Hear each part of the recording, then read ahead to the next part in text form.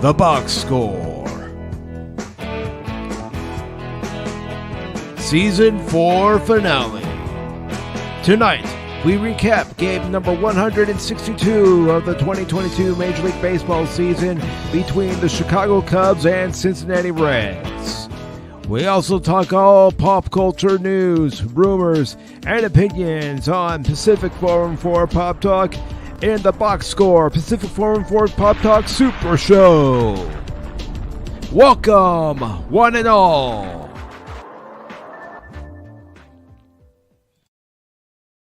Welcome, one and all, to the Box Score Pacific Forum 4 Pop Talk Super Show.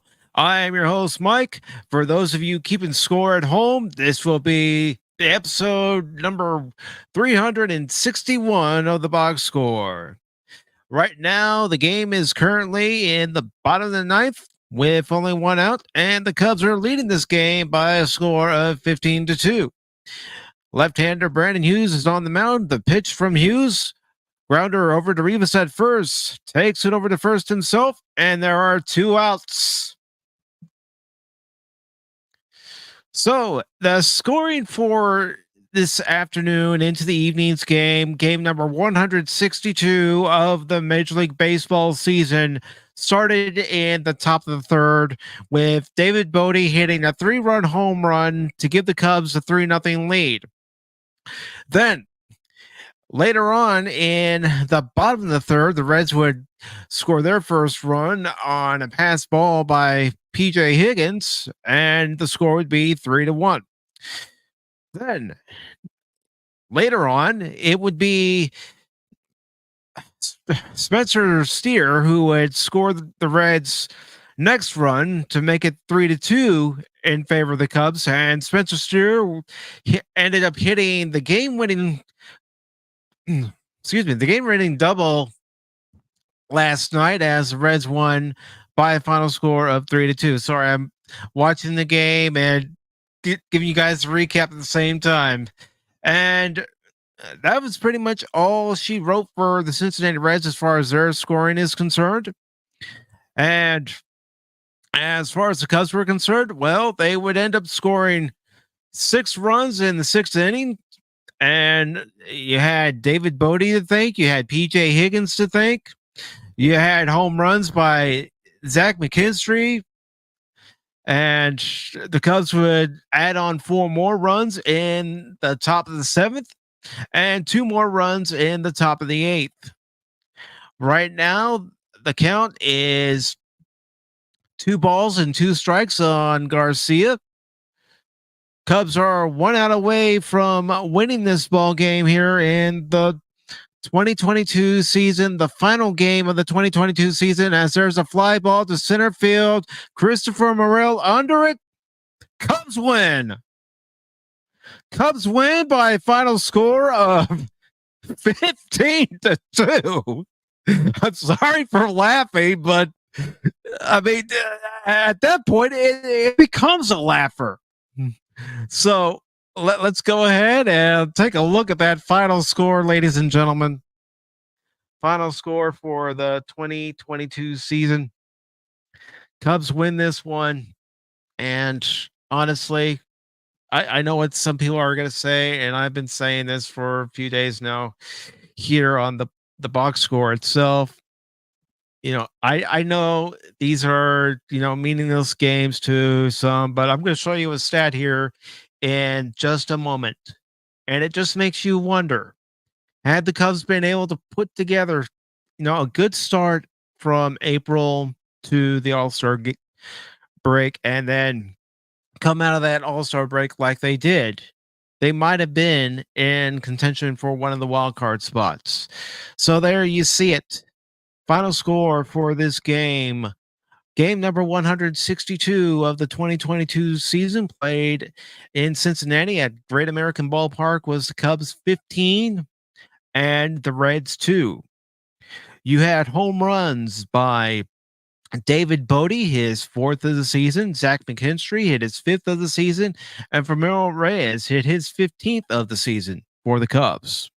Your pitching stats, well, I will go ahead and get rid of this screen, and I will bring up not the Bounty in the Comics article, but I will go ahead and bring up the rest of the box score here. And then I will switch screens for when we get into Pop Talk itself. But there you see it.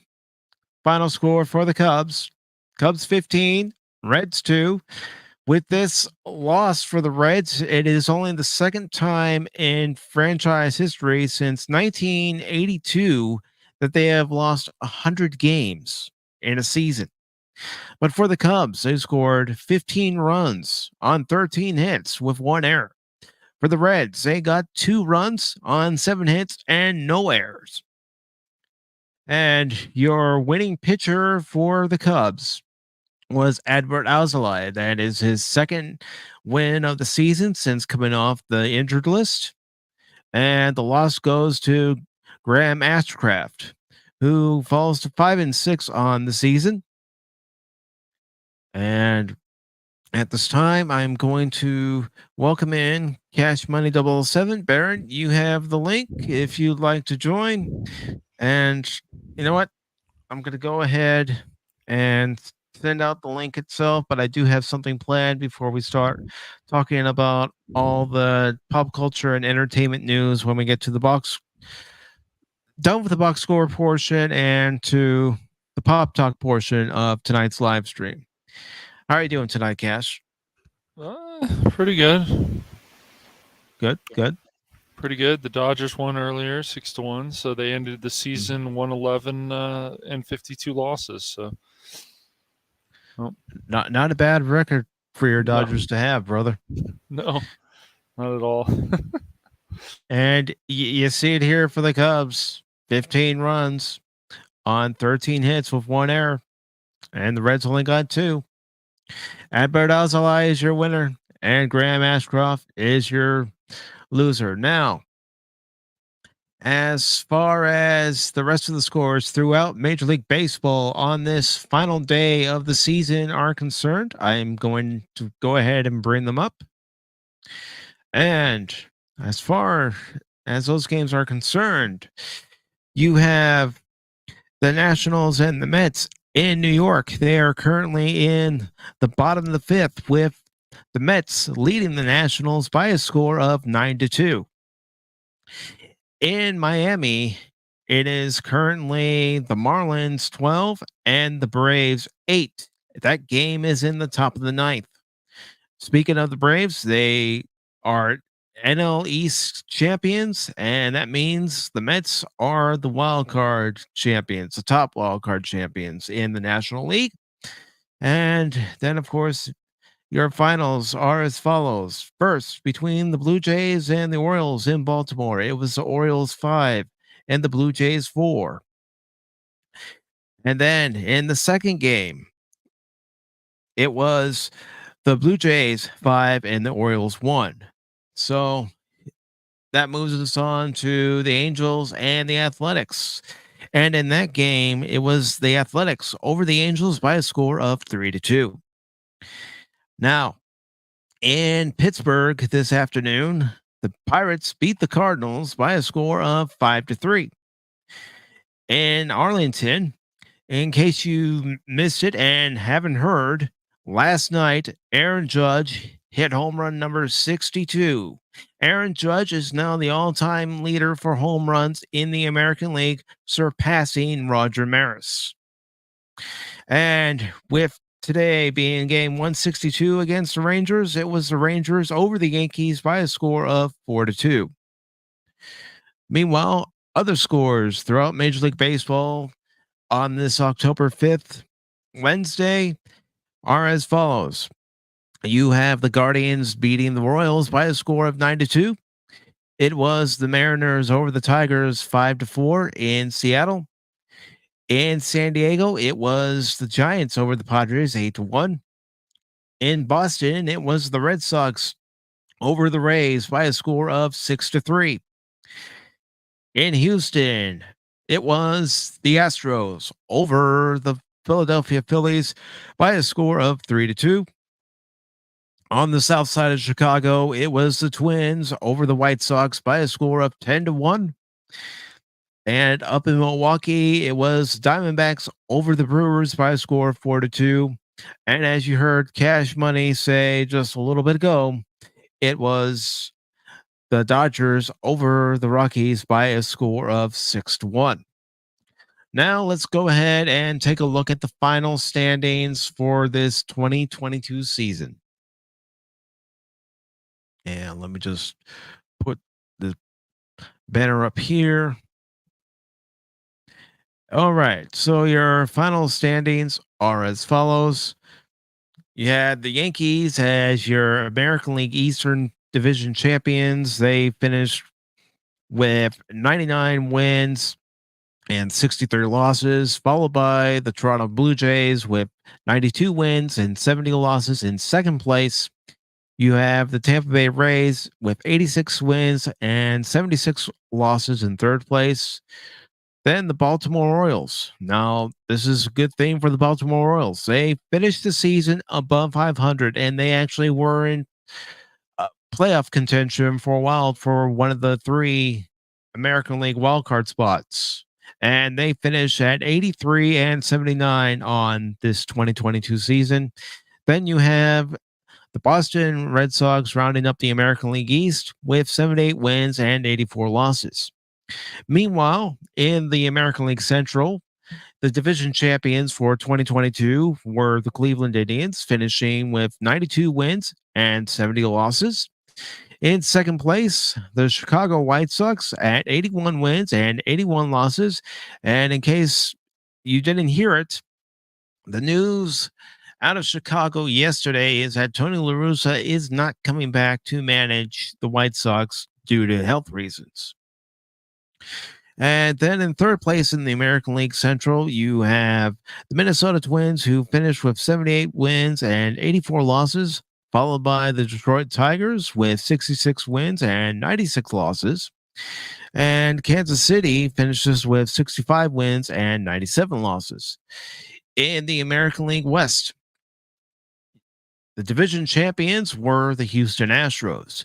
They finished with 106 wins and 56 losses, followed by the Seattle Mariners in second place with 90 wins and 72 losses. Then you have the Los Angeles Angels of Anaheim, Riverside, Temecula, San Bernardino, whatever city they want to be from. And I've been saying that joke ever since they became the Anaheim Angels. Then they decided to call themselves the Los Angeles Angels. But they finished in third place. And, that's a team that started off pretty good. And then they got on that long losing streak, which cost Joe Madden his job. And they finished with 73 wins and 89 losses. Meanwhile, in fourth place, the Rangers finished with 68 wins and 94 losses. And in fifth place, the Oakland A's at 60 wins and 102 losses. And for everybody who's in the chat, I do see what you're saying. I will highlight the chat here in just a moment. Now, in the National League, your Eastern Division champions of 2022 are the defending World Series champions of 2021, the Atlanta Braves, who finished with 101 wins and 60 losses. Then you have the New York Mets, who finished with 100 wins and 61 losses, followed by the Philadelphia Phillies at 87 wins and 75 losses. Now, take note, all 3 of those teams in the National League East are in the playoffs, with the Braves being the division leader and the Mets getting the number 1 wild card spot in the National League, with the Philadelphia Phillies getting the number 3 spot in the National League wild card. Then you have the Miami Marlins at 68 wins and 93 losses, followed by the Washington Nationals at 55 wins and 105 losses. Now, on to the National League Central. You have the St. Louis Cardinals as the National League Central Division champions with 93 wins and 69 losses. And at this time, I do want to welcome Baron Ormontag. Whoa, hi. Oh, my microphone's way over here. Ah, there we go. That's better. Hey everybody, how you doing? Doing good, doing good. I hope you are. Hello, Baron. Oh, hey Cash, how you doing yourself? All right, how you doing? Hey, well, I'm this side of the dirt, so All right. So continuing on with the standings here, you have the Milwaukee Brewers who finish in second place in the National League Central at 86 wins and 76 losses, which is a shame for the Milwaukee Brewers because at one point they were leading the National League Central. But the wheels fell off and they not only fell out of the division standings as far as being in the playoffs, but they also fell out of the wild card. And then you have the Cubs, who finish at 74 wins and 88 losses. Now, this is an improvement by 3 wins. Okay, some might say that's not much of an improvement over last season when the Cubs finished 71 and 91, but this is an improvement because as I showed you previously, after the All-Star break, the Cubs were 39 and 31 after the All-Star break, and it makes you wonder what could have been. But it's baseball. You can always second guess, and you can still come out wrong because baseball, it's cruel. oh yeah. And now you have the Cincinnati Reds who finished in fourth. And a lot of this can be blamed on their start of the season, starting off 3-17 or somewhere along those lines. They just got off to a bad start and they were never able to fully recover from that bad start. And then you have the Pirates who also finished at 62 wins and 100 losses. Now, over in the National League West, we have the National League Western Division champions of 2022. They want to get back to the World Series and face the Houston Astros. I know somebody on this panel is very excited about this team's potential, especially in the postseason, and that is Cash Money and his Los Angeles Dodgers, finishing with 111 wins against 51 losses. Then in second place, and they claimed the second wild card spot in the National League, were the San Diego Padres, who finished in second place at 89 wins and 73 losses, followed by the San Francisco Giants, who finished at 500 at 81 wins, 81 losses. You had the Arizona Diamondbacks, who finished at 74 and 88 in fourth place. And then the Colorado Rockies, who spent money but getting Chris Bryant and a few other players, and they could never pull it together at 68 wins and 94 losses. They were So too high, man. Yeah, in that Rocky Mountain High, it does have an effect. Mm-hmm. And it especially has an effect on the Rockies pitching staff and even the visiting team's pitching staff. Mm-hmm. And all All the right. weed emporiums. Uh-huh. Okay. So here's what the postseason looks like. The playoffs begin on Friday, first with the American League wild card round and the National League wild card round. So in the American League, Tampa Bay will be in Cleveland to face the Guardians in the best of 3 series. Then you have the Mariners going to Toronto in the best of 3 series. And whoever wins between Tampa Bay and the Guardians will go on to face the Yankees in New York. Whoever wins between the Mariners and the Blue Jays goes on to face the Houston Astros. Over in the National League, we have the Phillies going to St. Louis to face the Cardinals, and the Padres going to New York to face the Mets. Now, again, the same thing applies. This is the best of 3 series. Whoever wins in these 2 games will either be the Phillies or the Cardinals to face the Braves, or the Padres or the Mets to face the Dodgers. Now, I'm going to go ahead and make my picks for that round of the playoffs. Mm-hmm. I think in the Tampa Bay and Cleveland game, with the way Tampa Bay's been struggling lately, And I do believe it's going to carry into the postseason, even though the postseason is a completely different animal from the regular season. But I do believe that the Guardians are going to beat the Rays in that wild card game to move on to face the Yankees. Meanwhile, in Seattle and Toronto, honestly, that's a toss up. I could say the Mariners, I could say the Blue Jays, but if I'm going to pick one team, I think the stronger team of these two teams is the Toronto Blue Jays. Not to say that a young team like the Mariners can't move on to face the Astros. I just think that the Blue Jays have a little bit of an edge when it comes to their pitching, and they'll be able to move on to the next round against the Astros. Now, in the National League, I strongly believe that the Cardinals are going to move on against the Phillies to face the Braves, and the Mets are going to move on to face the Dodgers. I don't think that the Phillies or the Padres really have much of a chance.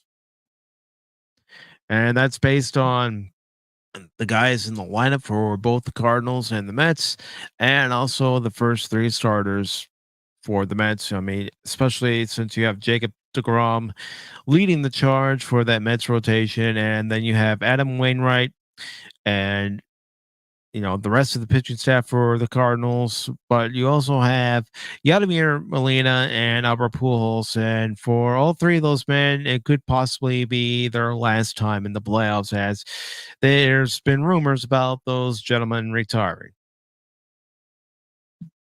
Now, if I were to make a guess who would go on to the World Series, I'm not even going to worry about the ALCS or NLCS, but if I were going to pick any of these teams to face off in the World Series, honestly, as much as I'd like it to be a rematch of the Dodgers and the Astros from 2017, I think it's actually going to be the Yankees and the Dodgers.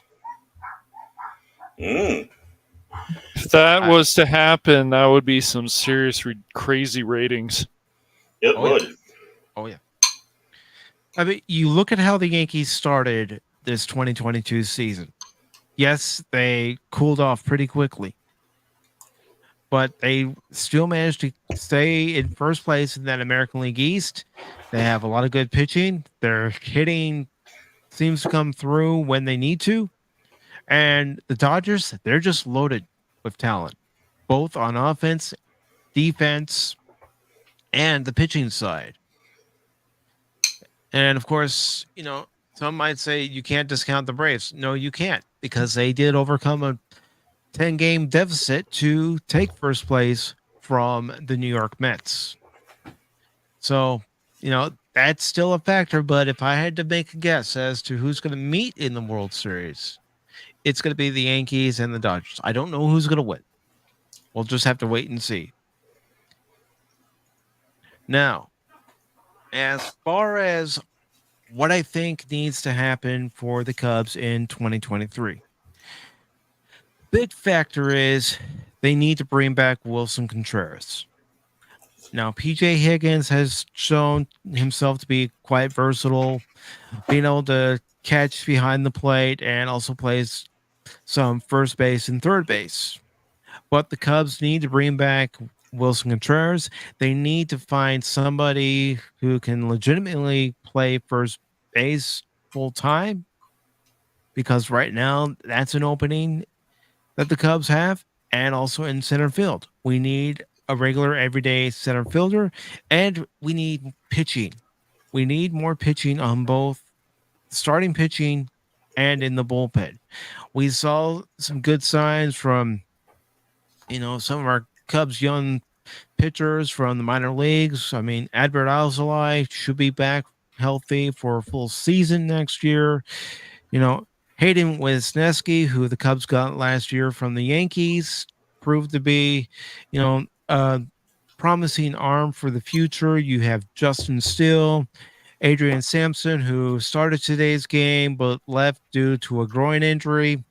Ouch. He has some promise for next year, but I would still like to see, another veteran arm other than Marcus Stroman and Kyle Hendricks, because we don't know what we're going to get from Kyle Hendricks next year, seeing as he had to have some time on the injured list due to a partially torn rotator cuff, which they're going to see if it heals properly. And if it doesn't heal properly, then he's going to need surgery. But the Cubs need to really concentrate on pitching. They need to make sure that they sign Wilson Contreras to a long-term extension. Yes, he could accept a qualifying offer after free agency is declared, or he could choose to walk. And one of the places he's not against choosing the walk is St. Louis, especially with Yadier Molina retiring after this season and after the Cardinals are done with the playoffs. So, there's a lot of questions for the Cubs next year. But, we'll just have to wait and see. Now, as far as the next episode of the box score itself is concerned, well, that'll occur on Thursday, March 30th. Let me go ahead and bring that up here real quick. As soon as I get it up, I will put it on screen for everybody to see. Go on there. Yeah, that was Baron Gap. That was Baron. He was hungry, I'm sure. Oh, it's supper time. I'm eating actually stew. Oh, he's eating some stew. Oh yeah. Now he's not sharing, Gap. You understand that? Do you get what's going on here? Yeah, exactly. He's having his dinner. You got it. Yeah, it is dinner time. So supper time, supper time. Yeah. supper time. All right, let me go ahead and bring this up here. All right, so the next episode of the box score, and it'll be the box score by itself, will be Thursday, March 30th, 2023. That'll be the season 5 premiere of the box score, and it'll be after the Brewers and Cubs open up the season. And this will actually be the third time in 4 years that the Cubs and Brewers have opened up the season against one another.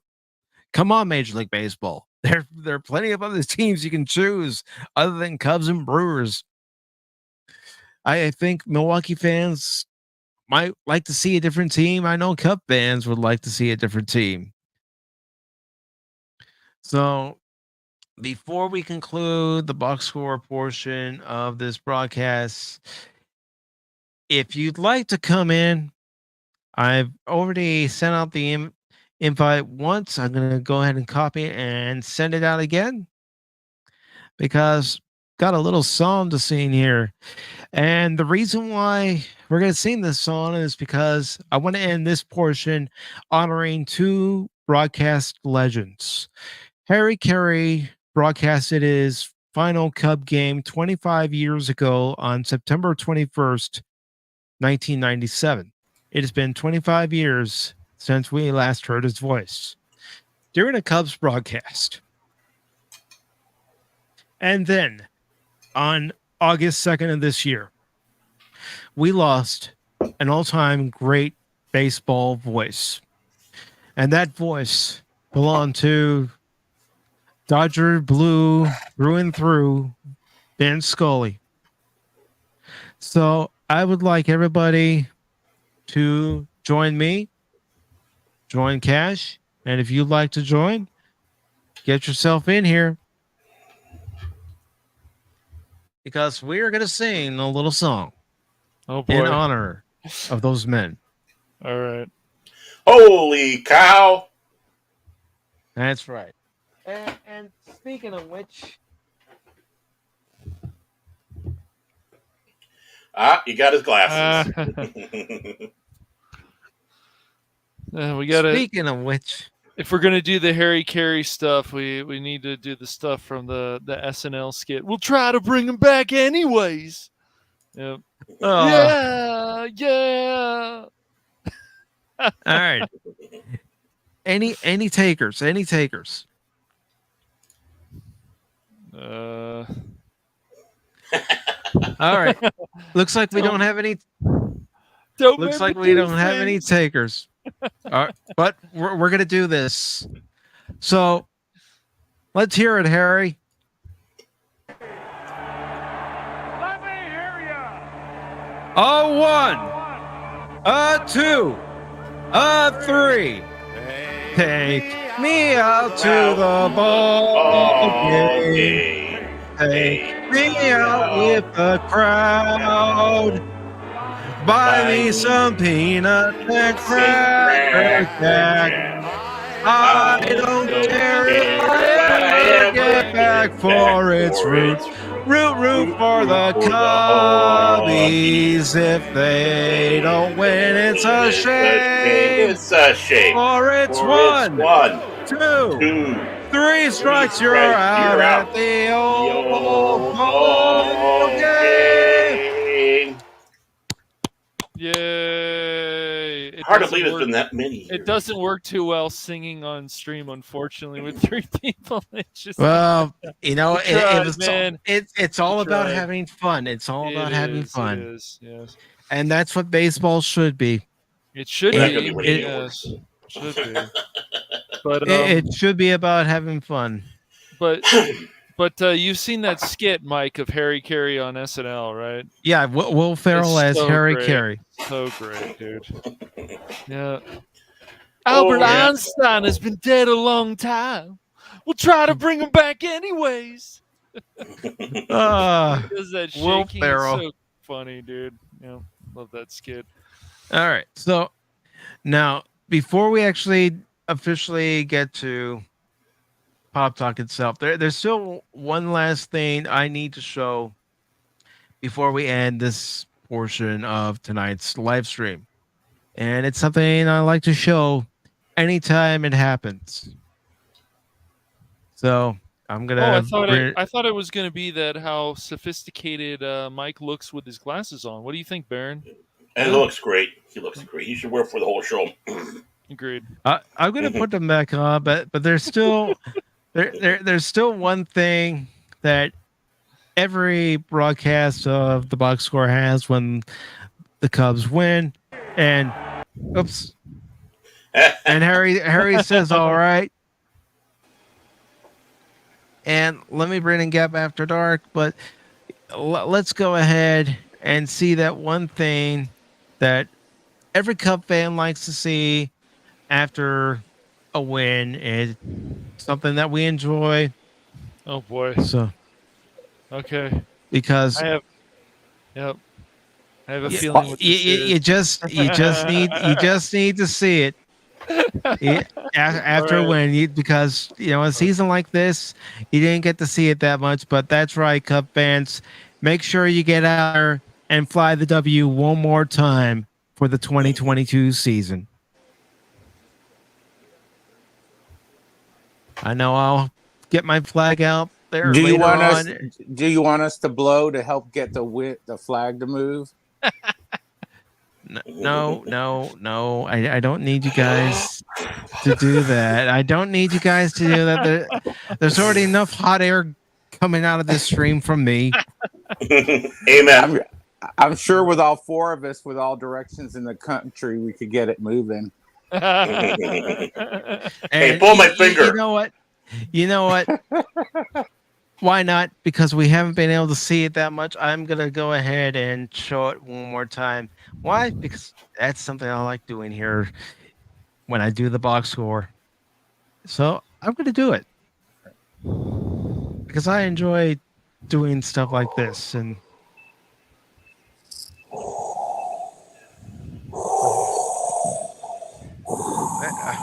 Darth Vader. Hello. I didn't realize you were a Cub fan. Yes, I am waiting for you to fly the flag. All right, Darth. All right, Darth. I'll fly the flag. Hold on, brother. Well, we're waiting. All right. Hey, we're gonna make Master Paul, see that movie sometime soon. Yes, You got to do that. Definitely got to do that. needs to see Caddyshack. Oh, that's Yes. a beauty. Oh, I think it's a little dusty. It looks a little dusty. Yes, There we there we go. go. Yes. Oh. One more time for the 2022 season. And if you turn it upside down, it will be an at. Or you can do what the Mets fans did after the 2015 NLCS, turn it down for Mets. But I'm trying to be nice about the flag thing because what's going to happen is out I will go. So I'm being nice. Yes, I'm trying to show Mike respect on the box score. The first time for everything. Down, it will be And- an at. at this time, I do want to welcome the old man to the stream. Or you can do. Yeah. How you doing? All right. Well, I'm kind of devastated. Even though we did a fantastic game, we still didn't get into the playoffs. Well, That's there's- baseball. Baseball That's baseball. can be still I mean, a brutal game. You saw that final score. We heard them bad. And, no, we didn't make it. Yeah, some seasons, you know, you just don't know what's going on. You know, some seasons you have the pitching, some seasons you have the hitting, and sometimes you have both, and they, stop clicking at one point. No, sometimes your manager decides that to overwork a starter. Sometimes your manager thinks that it's a good idea to put a starter in a relief pitching and actually kind of breaks him for the playoffs, and then it's a problem. The one thing with your prediction about you think that it's going to be the the Giants and the Yankees. It's gonna. I think it's gonna be the Dodgers and the Yankees. The Giants and the Yankees. I Do remember those you know games- how much, old man, I Yeah. despise the Giants, especially their new manager? I have thought many times on Twitter to tell him to go F himself because he's just he needs to take that stick out of his ass, basically. But anyways, The hell you say? Yeah, I'm Yeah. talking about the 50s, man. oh, the 50s, oh boy, man. The time when the Giants actually won the pennant and we found out they were cheating because they were turning the camera, watching the signs, that actually happened. Yeah. Mm-hmm. The other part that was crazy was if you know where they were playing, they're right across the river, catty corner from each other. Mm-hmm. And if you were in one of the stadiums, you could look over and see the other one. I'd Yeah. have a drone flying over and somebody Drones feeding didn't it. exist that time, Gap. I know, Are you but going now helicopter? now I would fly Helicopter. a drone over and pretend I'm a spectator and I'll be transmitting. Yeah. Where's the That's Cleveland when- Browns? Where's the Cleveland Browns? Why aren't they anywhere? Well, because the Cleveland Browns, They're a little wrong. they don't understand that they keep making mistakes. The whole thing with Baker Mayfield, if we're obviously talking about the football team, was a stupid decision. But hey, no, let's go get that guy who's been in trouble. Let's get him. Let's get Deshaun Watson. That's a smart idea. You don't even have to be a Browns fan to see how stupid that is and how that can cause headaches. Just We're getting a little. lot of I passion. Around him. Yeah. We're getting a lot of passion out of Cash today. That's how I felt when the Cubs signed Todd Hundley to be their catcher during the 2000 season. It's like, really? You do know that guy's a headache. Dude, I don't care if he being- is the son of Randy Hundley. The guy's a being- headache. Yeah, being a longtime sports fan, you go through headaches. You go through the triumphs where your Dodgers win the 2020 season, the whole thing, win the World Series. Your Duke wins the whole thing, then they lose, then they win. I mean, if you're a big sports fan, I mean, right now my UCLA Bruins are 5-0, so we'll see if they can continue that. But being a lifetime sports fan with a lot of different teams and being loyal, very loyal, can be heartbreak at times, Gap. But you just have to suck it up. Yeah, but you know what? The Twins and Atlanta Braves. Yes. Yeah, exactly. I mean, if you're good and consistent and you get to the final playoffs and you win, why can't you duplicate that the next year? Well, there can be contracts. There can be players moving. There can be trades. I'd leave it all There's a lot of alone. different. I know. Well, they should, but unfortunately, they run into problems. Why So, don't you duplicate that the next year? well, I mean, they should be able to, but They should. they make bad decisions, and you get these owners. I mean, in the '90s, when Fox owned the team, they made one of the stupid decisions of getting rid of Mike Piazza. That was like in Oh the my 90s. gosh, yeah, Mike Piazza. Yeah. And Mike And Piazza. you want to know something about that trade of Piazza first going to the Marlins and the Mets? At one point, the Cubs were in the mix, and Cubs management said no. And I'm thinking, really? You're going to turn down Piazza when all we had was Scott Service behind the plate, and we needed somebody else as a catcher? And we needed more thump in our lineup? Yep. So they make these decisions, Gap, but unfortunately, it's not just that. Sports used to be very fun all the time. Now it's like, when is the politics going to hit in? I'm not going to get, and unfortunately, that's not what it should be. Luckily, baseball has been like, you know what, maybe we should go away from the politics, and then fans will stay. And they've actually done lately a better job of that. There's still some BS, but overall, they do it. What drives me crazy, Gap, is when we're supposed to have sports at the highest level, and they're like, you know what? Let's make things a little bit easier. Let's do that. That's a good idea. Like I think it's so stupid. And so they're like, now the wild card this year, it was one game. Now it's let's play the best of 3, and it's like you're making it a little bit easier, just a bit more. And why wasn't it just a 1-game playoff? Because that was very exciting. So, yeah, it's like stacking the deck, kind of. Yes.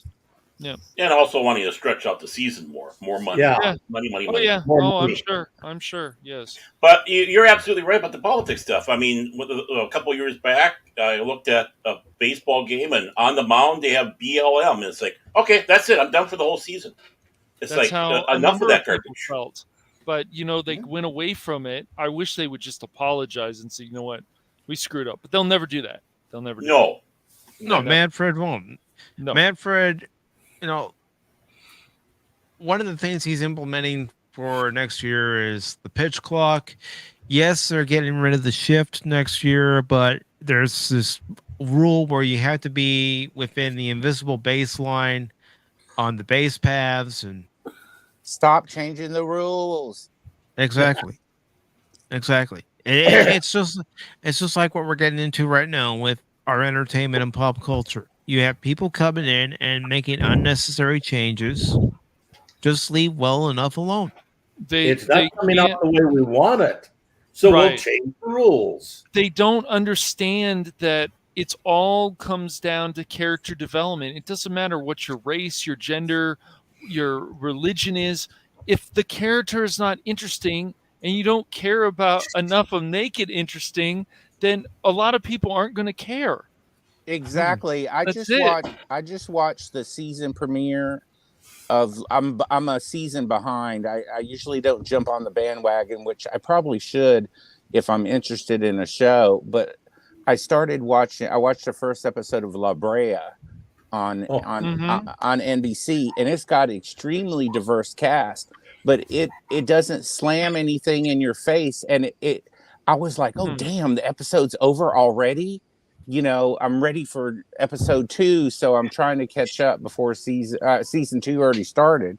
But it's got a diverse cast, and it doesn't. I don't care. They're all good actors and actresses, and it's an interesting thing.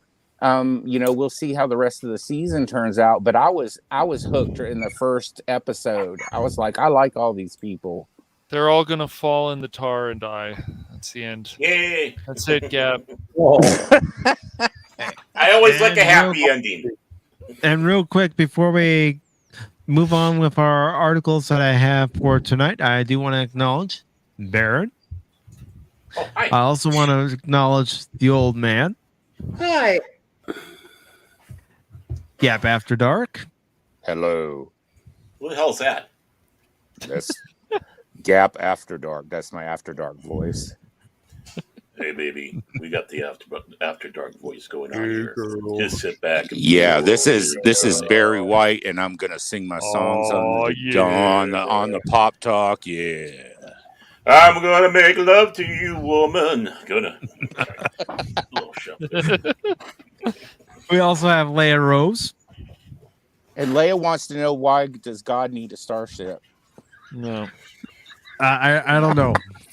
The I ship, really don't know. the ship Phil McCracken to another universe. And The universe that I'm in that you happen to be a part of.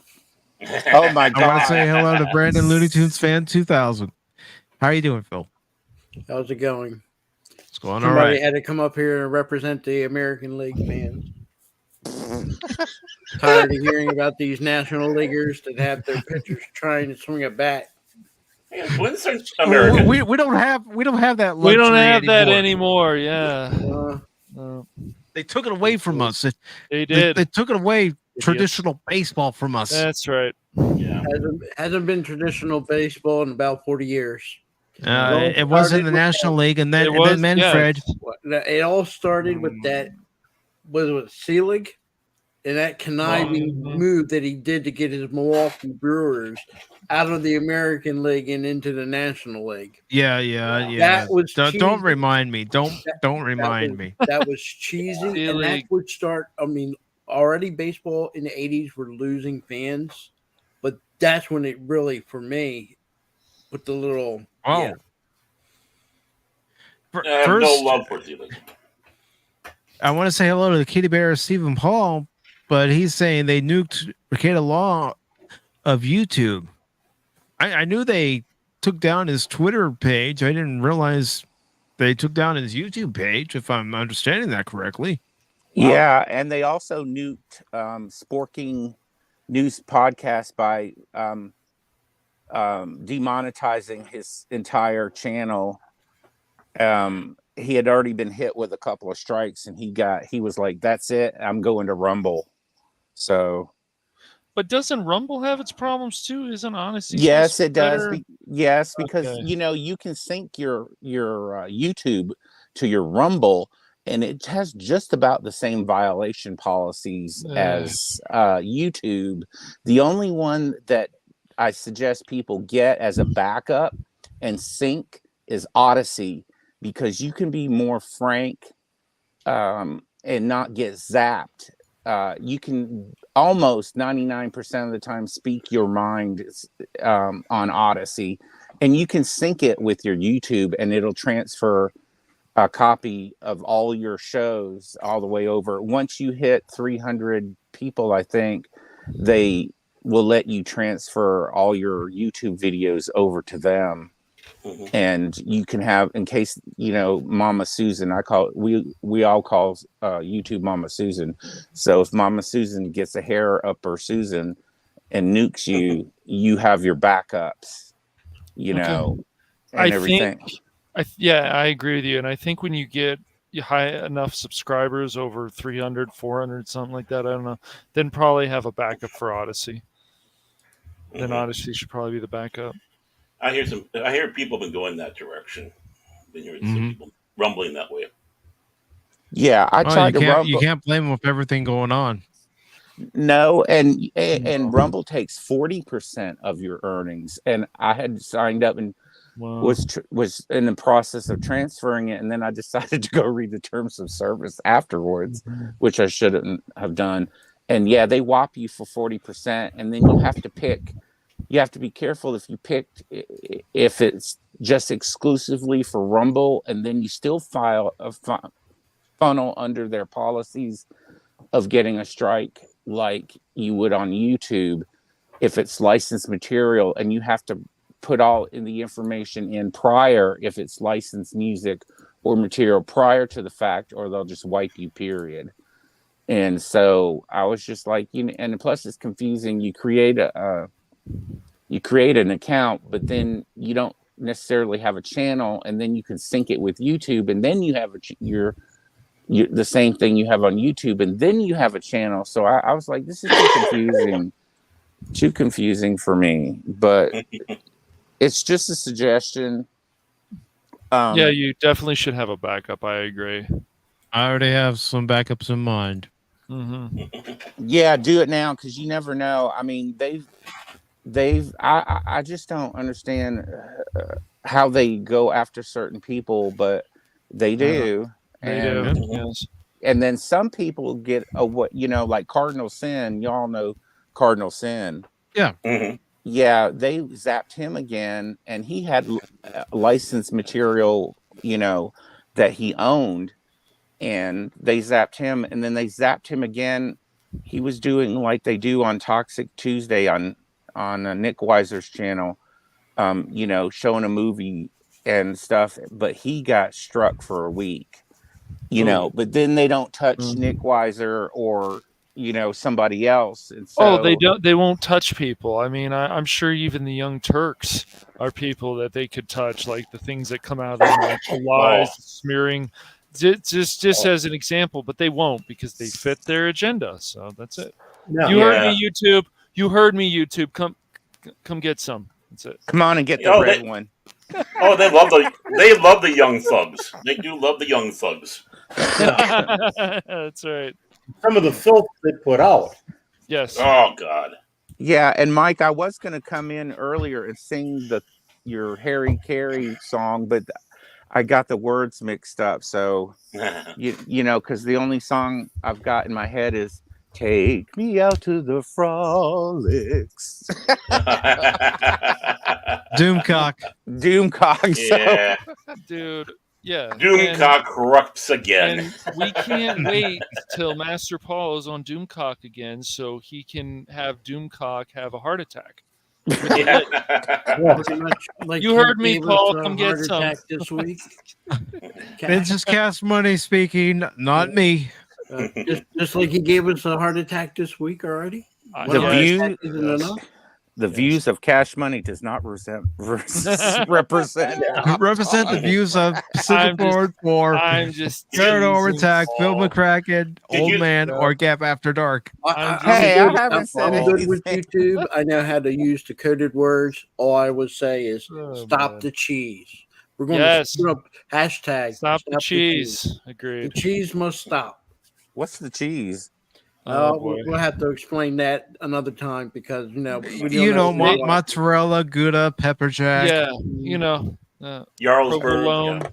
Yeah. Oh, okay. Because I was on a stream earlier today, and I didn't know what a power top was or a twink, and they would not tell me. So I Googled it, and I'm like, I'm getting off the stream.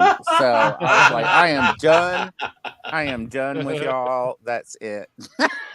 Wait, no power tops, no twinks here. Yeah, I was like, oh my God, when I Googled it, it showed up in black bold letters. And then I came back on and I was like, you guys are bad. Yeah. But I don't say anything that doesn't represent you, do I, Michael? I mean, Mike. Wow. Okay. What are you, my dad? Saying, Michael. Hey, clean up your room, Mike. Ooh. Oh no! When they knew I did something wrong, it wasn't Mike. It was always my full name, but I'm not going to say my full name here on stream. Right. And there's Cash Money trying to sound like Jordan Peterson. No. I am. Oh boy! I just wonder how many told him to clean his room. Called Mike Mickey. What's up, Mickey? What's up, pal? No. Somebody would try to call me Mickey or Mikey, and I would just give them the dirtiest look. And even my mom and dad would say, "No, don't do it. No, don't call him that. He hates that. We hate that." And no, but I do want to say hello to what the Baron's grandfather used to call him, the young Ronnie G. Dude, remember. Stay away from the Sailor Moon stuff, Ronnie. Don't do it. Don't turn Ronnie. Click it. Come on, man. Those young girls. You know what happened last time. There was just a movie called Smile, and I'm telling you, those young girls, they look at you and you might be dead afterwards. Well, I saw it that night during the anime stream, and I'm thinking this is out of a horror film. It is. Lock your doors. It is, man. That is some serious nightmare fuel right there, DJ. No more of that, DJ. No more, man. No, I'll tell you what serious nightmare fuel is Phil McCracken being filmed on the Star Trek V picket line. He's the only one sitting in a chair saying, release the Shatner. In particular, when you look at today's trash being released, Star Trek V is like a masterpiece. Hey, Phil, I heard you went to go see this movie and that you enjoyed it. You saw Bros. You like it? What is it called? Oh. He was one of the first people in line. Yeah, you had to see it opening night, bro. See what opening night? I'm not even knowing what the name of the movie is. We're talking about Twinks and Power Tops again. You went to see Bros with your girlfriend or whatever, dude. Remember? No. Anyways, I think that's a good time to segue into the topics for tonight. All right.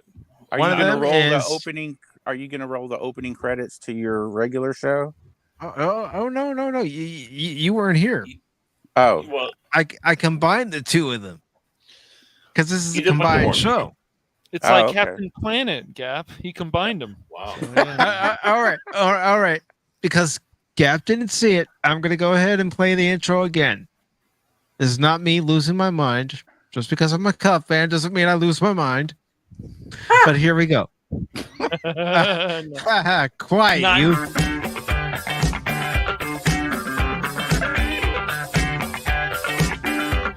Are you happy, Gap? I'm very happy. Yeah, Bookie, let's get down there. Club Pacific 414. Oh, yeah. Oh, yeah. Club. Yeah. That's what you call it. There we go. Now we can do whatever we want. Don't worry, folks. I haven't lost my mind. This is just letting Gap know what the intro was like for tonight. The box score. Oh, pretty. Season 4 finale. Tonight, we recap game number 162 of the 2022 Major League Baseball season between the Chicago Cubs and Cincinnati Reds. We also talk all pop culture news, rumors, and opinions on Pacific 414 Pop Talk and the Box Score Pacific 414 Pop Talk Super Show. Welcome, one and all. Great the reverb. Great. All right. Reverb. Yeah. Yes, I agree. And listen to me try to sound like an announcer, and I'm doing a job at it. You got nothing on Studio 54. Call 1-800-PACIFIC 414. Yeah, and the disclaimer was added after Phil started coming on the panel. So yeah, I know how to bring the trouble. I just wonder where Anonymous is. Where's Anonymous? Thank you. I don't know where he is. Maybe he doesn't want to come here because he knows as soon as he shows up, a certain song's gonna start playing. I love that song because of a certain clip. Or he's got his honey to-do list, and that's what I'm going to stick with. He's better do that. His honey told him, "You better not go to that Pacific 414. You know what happens every time you go there." Mm-hmm. You forgot to do the Lord McCracken entrance. All right. Yeah, well, we were still in the box score portion. There's no fancy entrances for anybody, including me. Since you're interested in the nightmare fuel and the young girls smiling, we'll have DJ Ronnie send you that video of Sailor Moon. Cash, you know how wrong that sounds? Yeah, in so many levels. That sounded so wrong. I know. Thank God for that disclaimer. And everybody, you can write your letters of complaint to Cash Money, P.O. Box. Ooh, care of hooligans. Galvin. That's right. But Mussolini, yes. But yeah, Leia, if you want to see that Sailor Moon thing, it's bad. It's really bad. But we'll have DJ Ronnie send you that clip or whatever. You'll love it, I'm sure. I got a good authority that back in 89, Phil McCracken was seen out in front of the theater for a whole week to make sure he was the first one in to see Star Trek V, just like they did for. That's where he got the inspiration to do that for the Phantom Menace with the Star Wars. Was Phil McCracken? So Barrett, are you saying that Phil was like Clark Griswold and saying first one here, first one here? Star Trek V in the movie theaters, but it wasn't on the opening night. No. And I didn't. I was in the movie theater. It was Star Trek V for me was funny, but I didn't even know about Star Trek V, and that's it's too young. I think that was around the time like I was excited about He-Man and She-Ra. I think that was the movie that came out somewhere around there a few years later. How old was Cash Money in 1989? Think about it. Were you 5? 4? Gleam in his daddy's eye. The gleam in his daddy's eye. Anyhow, the stories we're talking about tonight are the CW sale going through. Yeah. Bye-bye, CW. Or something. We're also going to talk about Sony saying that its PlayStation games won't be released on PC for at least a year. Well, at least it's coming out, I guess. That's something. I don't know. Yeah. And we're also going to be talking about an anime coming out based on the game Nier Automata. Okay. What the hell is that? I thought that would get some reaction. And the last one. Oh, go ahead. And we're also going to be talking about the 10 original Star Trek movies no longer being on any streaming service anywhere. And that's why you should have the physical copies. Yeah. Just in case.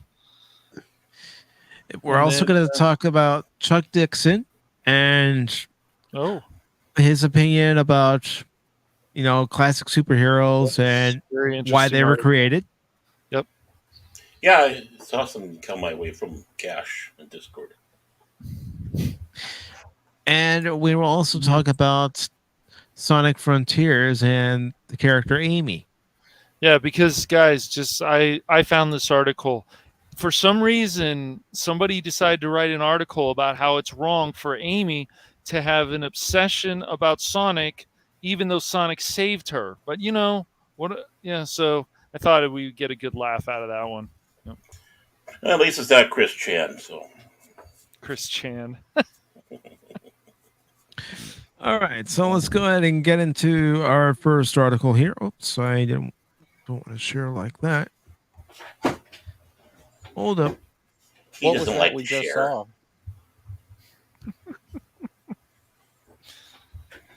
All right. Now we got it. Bunch of smart asses. Yeah, at least part of me got educated.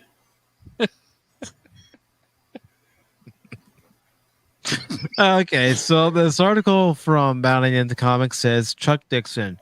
All of the classic superheroes like Superman and Captain America grew out of the sense of populism of the Great Depression era. This article was actually posted on October 1st. It's by John F. Trent.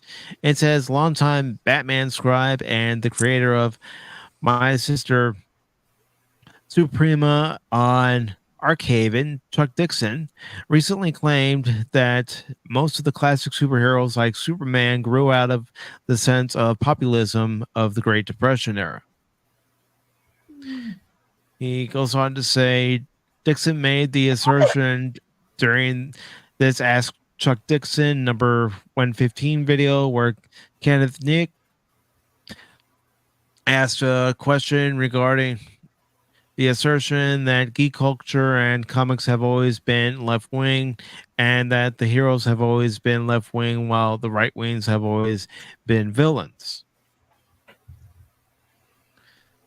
After providing a cursory summary of the Great Depression era and the nature of President Roosevelt's administration, Dixon specifically homed in a case involving the Scheiter brothers, and I don't even know if I said their last name correctly, and how the United States government attempted to shut their 2 butcher shops that they operated in Brooklyn, New York down.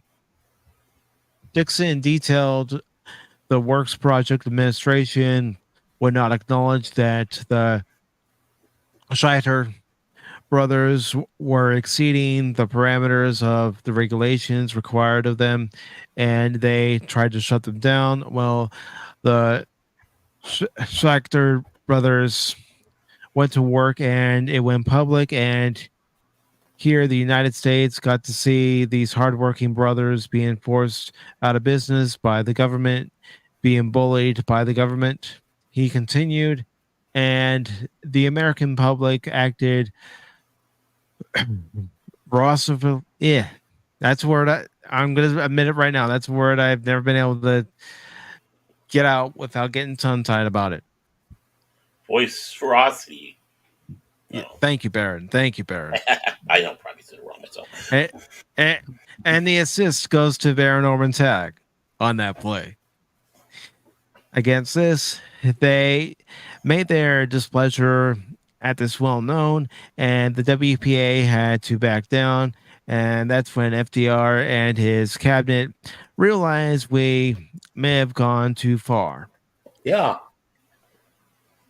And they shut down the WPA, the National Recovery Administration, and the Civilian Conservation Corps very rapidly. And that was the end of those government agencies. And it goes on to say, and what is that? Where did the politics come from? Were they coming from the right? Were they coming from the left? No, they were coming from a sense of morality, he asserted. They were coming from a sense of who we are as Americans and what we'll stand for and what we won't stand for. And that at the root is populism. It didn't matter what side of the political spectrum you were on. And back then, people didn't really think about that, he elaborated. You were either a Democrat or a Republican. You didn't think about the political spectrum, but it didn't matter what side of the spectrum. What side of that spectrum? It didn't matter what party you voted for. You knew the. I'm sorry, I gotta interrupt. Did we just break the glass ceiling Somebody's losing it with that noise? Yeah. Sounds like someone got a coffee mug and either has tea or coffee. They're mixing it or whatever. I'm sorry, Mike. It's all right. It's all right.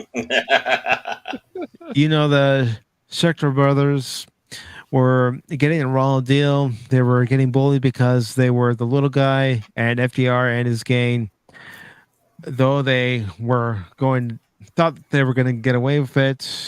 Of course, goes on to say, moving to address how this related to comics, Dixon says Superman and most of the superheroes, I would say all the superheroes of this period, they grew out of that sense of populism. Superman is created by two young Jewish guys, and that's important. And they created Superman as an ideal. He's a populist ideal. He's a hero for every man. Excuse me. He's the guy we could all be. Goes on to say, all fly around in our underwear. Yeah. In early stories, and this is what the leftists like to point out, in early stories, Superman went after evil landlords and evil corporations and things like that, and they think that makes him a left-wing hero. Well, it's not, because who likes an evil landlord? Who like an evil corporate raider? Who likes someone who's cheating the public? Who likes a corrupt politician? There's no politics there. That's just immoral. And we're all supposed to be disdainful of immorality and unfairness and injustice, he declared. Dixon went on, so when Superman is given a hard time to a landlord who was evicting widows and orphans. That was something everybody could get behind. That wasn't a political thing. And as we see today, battling an evil businessman, well, a lot of your businessmen today are to the left. Yep. And it goes on to say, I know that it wasn't political, he proclaims. Siegel and Schuster were creating a great American hero. And I've said in videos before, they were creating this from a minority point of view. I don't know Siegel and Schuster's entire history, but I bet anything they were first generation Americans. I'll bet that German was spoke at the home, German and Yiddish. I'm willing to bet that. And he goes on to say, and they were a minority that wasn't always looked upon favorably. I mean, think about what was also happening during the Great Depression era, the 1930s. Dixon detailed, but they loved America, and even when America didn't love them back, and they created Superman, as a lot of these comic book creators created Superman as a wish fulfillment figure, a figure of strength and morality and principles. The guy who would come in and see that justice was done, and why truth, justice, and the American way. That's what Superman stands for. He isn't left wing. He isn't right wing. He's a populist hero. Mm-hmm. And that's why no matter what part of the political spectrum you're coming from, you can relate to Superman. You can project yourself onto Superman, he said. And all the best iconic superhero characters are that way. You can project yourself and you can believe whatever you want to believe and them because they're a paragon. And you can assign them, you can believe that Superman is Republican or an independent, or it doesn't matter as long as it should never be specified because it's a shared ideals, no matter where you come from politically, unless you're far left, in which case you don't really have any ideals or principles, he stated. Touche. Yeah. Checkmate. Dixon would also address Captain America. Same thing for Cap. Captain America, they love pointing out he beat up fascists. So he beat up right wing people. And they love to say, well, if Captain America were here, he'd be punching Trump today. The problem is Hitler wasn't a right winger, Dixon asserts. Yes. In the 1920s, people in academia and people in politics and people in leadership positions in the country thought Mussolini had all the answers, baby. He was turning Italy around in the 20s. The trains were running on time, as the cliche goes. And they thought he was the coolest thing ever. And a lot traveled over there to see what Stalin was up to, and they thought it was cool. It was Peachy King. Because they were only shown, of course, the best parts, Dixon relayed. They weren't shown all the hungry Italians starving. They weren't shown the families, the famine, in the Ukraine.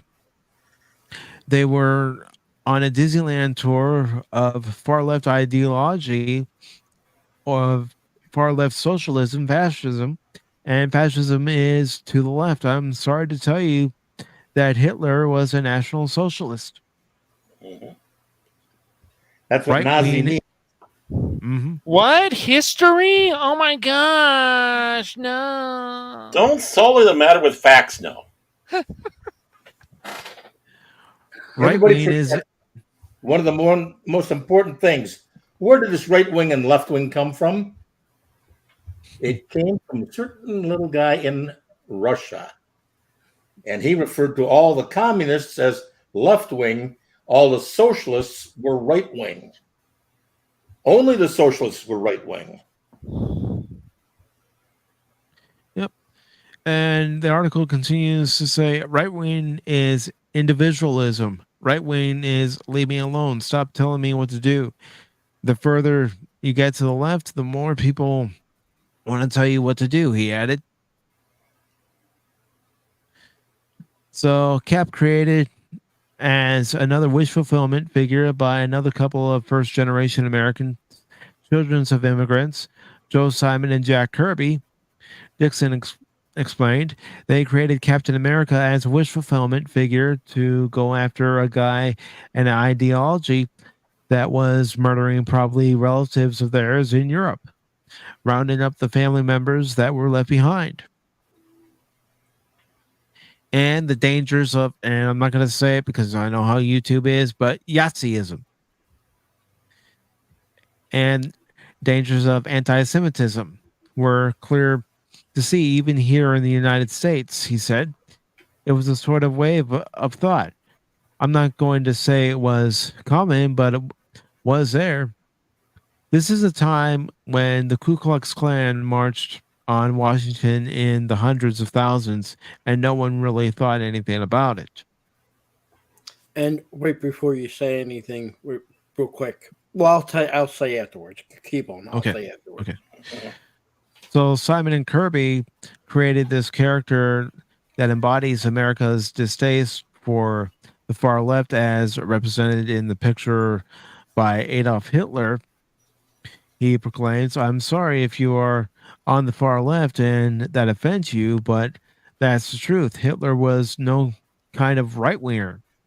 You can call him that all day long, but it simply isn't true. He held no right wing principles. He wanted to destroy the German family. He wanted to destroy the church. He wanted to destroy all the traditional ways of life in Germany and replace it with the state.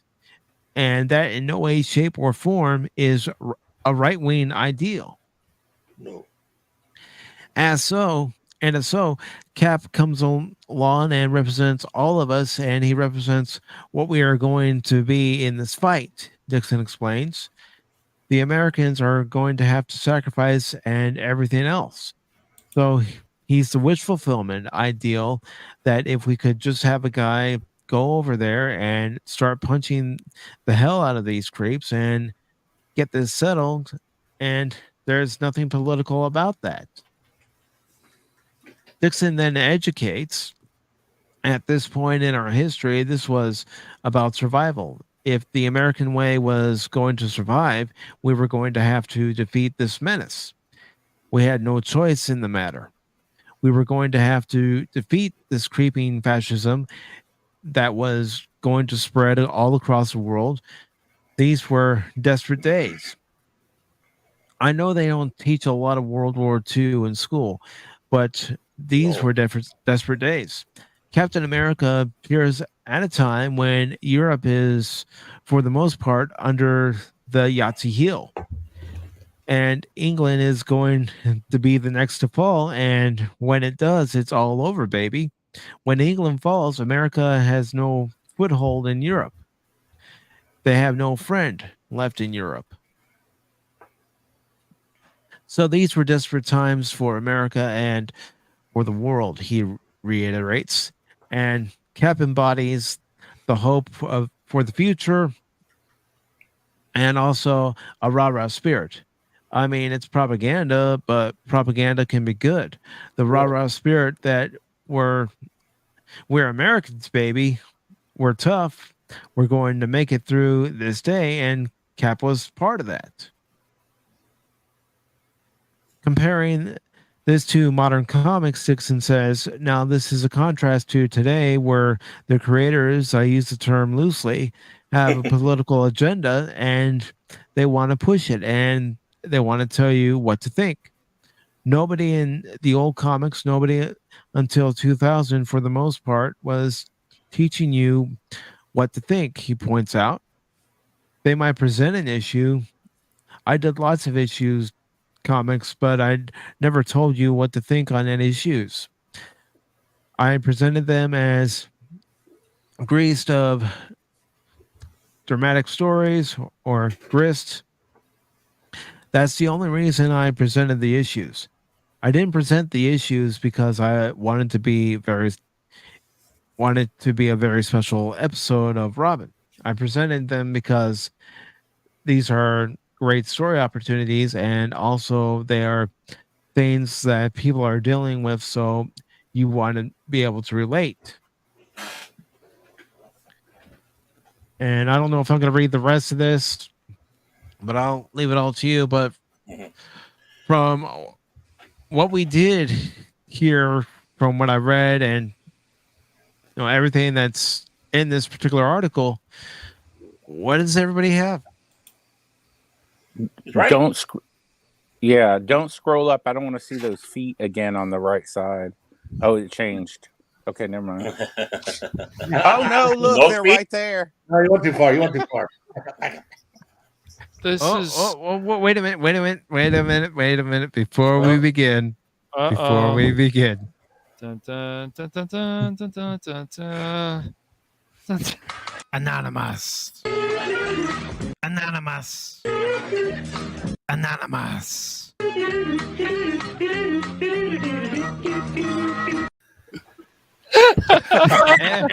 Yes, you have made it, Anonymous. You are need here. to band together and get the two little pink girl dollies in there.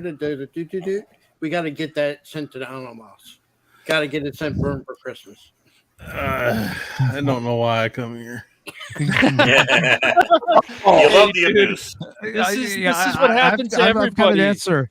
I got the answer for Anonymous. I don't want my pain taken away. I need my pain. Oh, I got the pain. Anonymous, what do you complain about, man? I come on. he finds a clip of somebody in a Dodger shirt from Cobra Kai, and he goes, "Yes, my guidance counselor said this. Quiet." Yes. Yeah, what clip could that's that much be, worse. Cash? I wonder. I don't know. What clip could that be? What the hell are you talking about? Oh, my guidance counselor says that certain words perpetuate this sexist worldview that could trigger. Quiet! From now on, you won't listen to your guidance counselor. You're going to listen to me. Is that understood? Yeah, sensei. Hey, Cash, I just have one thing to say to you. Quiet!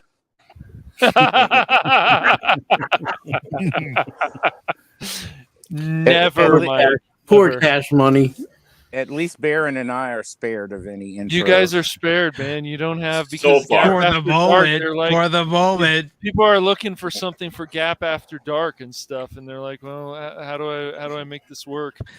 I Well, don't know, Pop- Cash. After Sunday, and you're going row row. I was almost thinking about making a clip of row row row your boat. Gap is Awesome. down the street. Oh, I don't know. I love how I'm also excluded. I don't even exist. Who's that? I'm not What's that? picking on you, old man. I'm smarter than that. Well, it also shows the thing is at the very end there they were showing like that splash page for the one comic where it's just this big diatribe of bubbles of her going out there being self-sanctimonious bee. And they were saying that's exactly one of the problems. You never have a page of comic that filled up with word bubbles. Yeah. That's not how a comic is. Well, I mean, here's the other thing. Like, there's not sacrifice anymore in these. The comics. It's all like, why was I treated like this? And it's like, well, maybe you're an idiot. Yeah, that's right. Well, yeah. I mean, But it's not it is good. populous. That's not good writing, but it's that arrogance. It's like, oh, Yeah. did the people not like what I wrote? Yeah, a lot of people don't. They want to buy it to make fun of it because it's easy. Yeah. Like, it's easy because you make it easy.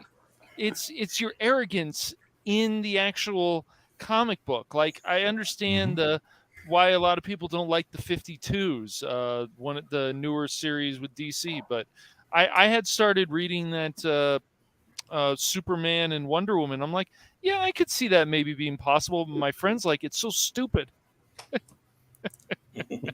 I don't know. It's just fun. There's some things I agree with the guy, and there's some things I totally disagree. As far as comic books, look, I got into comic books because of my dad. My dad grew up in the 30s and the 40s. He used to print comic books for Classic Comics. Old man really? probably knows that. knows about them. Classic Comics was your Frankenstein, your Invisible Man. Mm-hmm. Pretty much Sherlock Holmes, I think, was in there they too. originally were comic books. Originally were for kids to read books, but with pictures. And then it evolved to your DC, and then in your 50s and 60s into what would become Marvel. Some of the things he said, okay, the 1923 KKK march in Washington, D.C. That's not the KKK of the 1868s. Oh, no. The 1923 marching of the KKK was people from the North, sons of Union veterans that were, they got mad because a lot of the immigrants coming over were, quote unquote, weren't American enough. It wasn't the South. It wasn't Southern grandchildren that were riding around in their white hoods. These were states where people were Ohio, Pennsylvania, New York. So, when they talk about populism, what was going on in the 30s and compare it today, it's like comparing an apple to an orange. Mm-hmm. I'm sorry. If they were alive today, and I'll take a subject like abortion wouldn't happen. No.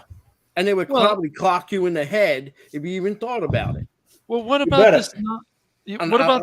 Go ahead. I'm sorry. Go ahead. Oh, what about this nonsense? Also, I got into an argument with one of my friends, and she's got to be in her 20s, and I'm not going to say her name because I'm not going to throw her under the bus like that. But I don't know where they get this from, but they say in the 50s and 60s that it was just basically white people writing comics. And I'm like, you weren't even alive back then. I wasn't either. So how do you know that there wasn't any minorities or anything else? Look, it might be possible, Cash. But it didn't matter if Superman was white and you were black or Hispanic, you were going to read it. Here's the thing. Right. If anybody was offended in the 30s, 40s, 50s, and 60s, that wouldn't be me. I can't say I was offended. I didn't live at that time. Right. Okay. Right. I can't say I was offended. Only a person that was alive at that time can say they were offended. Someone that's 20 years old going up to you and saying I was offended by white Superman. Okay. But you weren't alive when that was created. Right, exactly. Anything that cartoon, the comic book of Superman did in the 30s, 40s, 50s, and 60s, the person that you were talking to wasn't even alive. Exactly. Wasn't even thought of. The other thing that they're not even thinking about is what was the majority of the population in the United States? Caucasian. Yes. By a vast majority. So what is going to be presented? What is the vast majority? Exactly. And they forget completely that there used to be things like the Cisco Kid, Zorro, and I forget all the others that were out there who weren't white. Right. And what about people? Exactly. And what about people like Stan Lee and McFarlane, who's like, we want to see this race and this character like Spawn. We want to see. I don't know who wrote or did the artwork for Blade, but it's amazing to me. They keep, and we're still in this situation. We're in 2022 now, and these people are like, we need all these minorities, fine, but they do such a poor piss job of it, making these characters wanting other people to care about them. So just do a much better job. Here's the difference. From the start of this country up until quite recently, it was called Americanization. My mom came from Italy. My dad was from the United States. When she came here, she had to learn to speak English. Right. That was one of the few languages she did not know. So you know how she learned English? She, during the day, was watching soap operas. Yeah. And that's how she picked up and from her friends. Sure. Guess what? My mom did not become a citizen until 1976. I was born in 71. So I was 5 years old. And I remember my mom taking the oath of allegiance. And I argue with people to this day The oath of allegiance states you renounce your previous oath to any other country. Right. There's no dual citizen in the United States. A person that's dual citizen has to give up one or the other right at age 18. Yep. That's not me BSing. That's the God's honest truth. Yeah. Up until we're 18, they can be dual citizenship. My mom still gets a voting thing because in Italy you can be a dual citizen to vote in an Italian election. But if my mom votes in an Italian election and the United States federal government finds out, she will lose her citizenship. Yeah. You're not allowed to, when you renounce your citizenship, that's it. You're done. Yeah. I mean, that was part of the thing. There is a reason when immigration was at its height that you had Ellis Island. I forget the place over on the West Coast. But there were reasons, and people were sent back. Millions of people were sent back. Not just because they've been sick, not because they didn't have anybody here, not because of their political beliefs or religious beliefs. There was a lot of reasons people got sent back. Right. Well, I also bring up this point, Phil, about, Speedy Gonzalez and so on. They're like, oh, he's just a stereotype. Yet a lot of people in the Hispanic community like Speedy Gonzalez. Why would you mess with it? It's just so stupid. Recently, they got rid of Uncle Ben's and Jemima. Yes, they did. Even the families, some of these people that are still getting royalties or were getting royalties, didn't have no issues with it. Right. Can I sit here and say, okay, Chef Boyardee, get rid of the name? Can I go to Little Caesar when they do the Caesar with the little pizza? Oh, that's insulting an ancestor. Get rid of it. Can I go and say, take the American Eagle down because that's really belongs to us Romans, Italians? Take that down. Take the stars off the flag.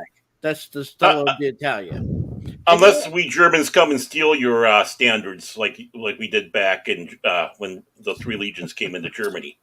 Yeah, and what happened when Germanicus went back in there? And you guys, not to be mean about the Germans, but you always bring up about that. That's like Pearl Harbor. But you guys don't tell the rest of the story. When Germanicus went in there, got the three standards back, took Armenia's wife back as a hostage, and went through Germany and burned that. I'm Italian. I have ancestry in the 11th Legion who wasn't there for that. But what they did there was pretty much what the Russians did to Germany in 1944 and 45. It's not something that I would say to be proud of because look, when it comes to conflict and war, and they bring it up in this article here, people get misconstrued. They tell you about the Axis, the Germans, the Italians, and the Japanese. Well, nobody tells you Mussolini wasn't fully in charge of Italy. There was a king. Japan had its emperor. Yes. There were two. If anything, they were the royalist alliance more than a fascist alliance. Yes, Mussolini was a prime minister, but he was just like the Queen of England. The prime minister has an answer to the monarch. I'm just saying. You have to think. There's a lot of reasons why Italy and Japan, from World War I, switched and went and became anti-West. If you want to call it the West, they weren't treated right at the end of World War II. They weren't. If you look at what we did to Japan, we pretty much put the finger in their eyeball till they attacked us.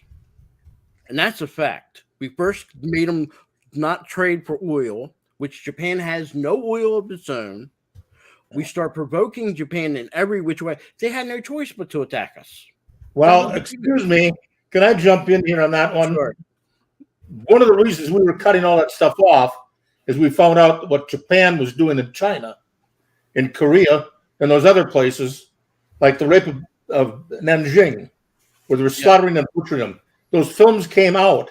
After that, we cut off no more steel from us, no more oil from us. Yes. But the thing is, that's true. That's all true. But you know what? We weren't there when Japan was under threat from China, when they tried to attack China 2 times and they failed thanks to the wind. Yeah, but that goes back a little bit before we had much to do with anything. I'm just saying, it's easy for us to jump in and say, don't do this and don't do that.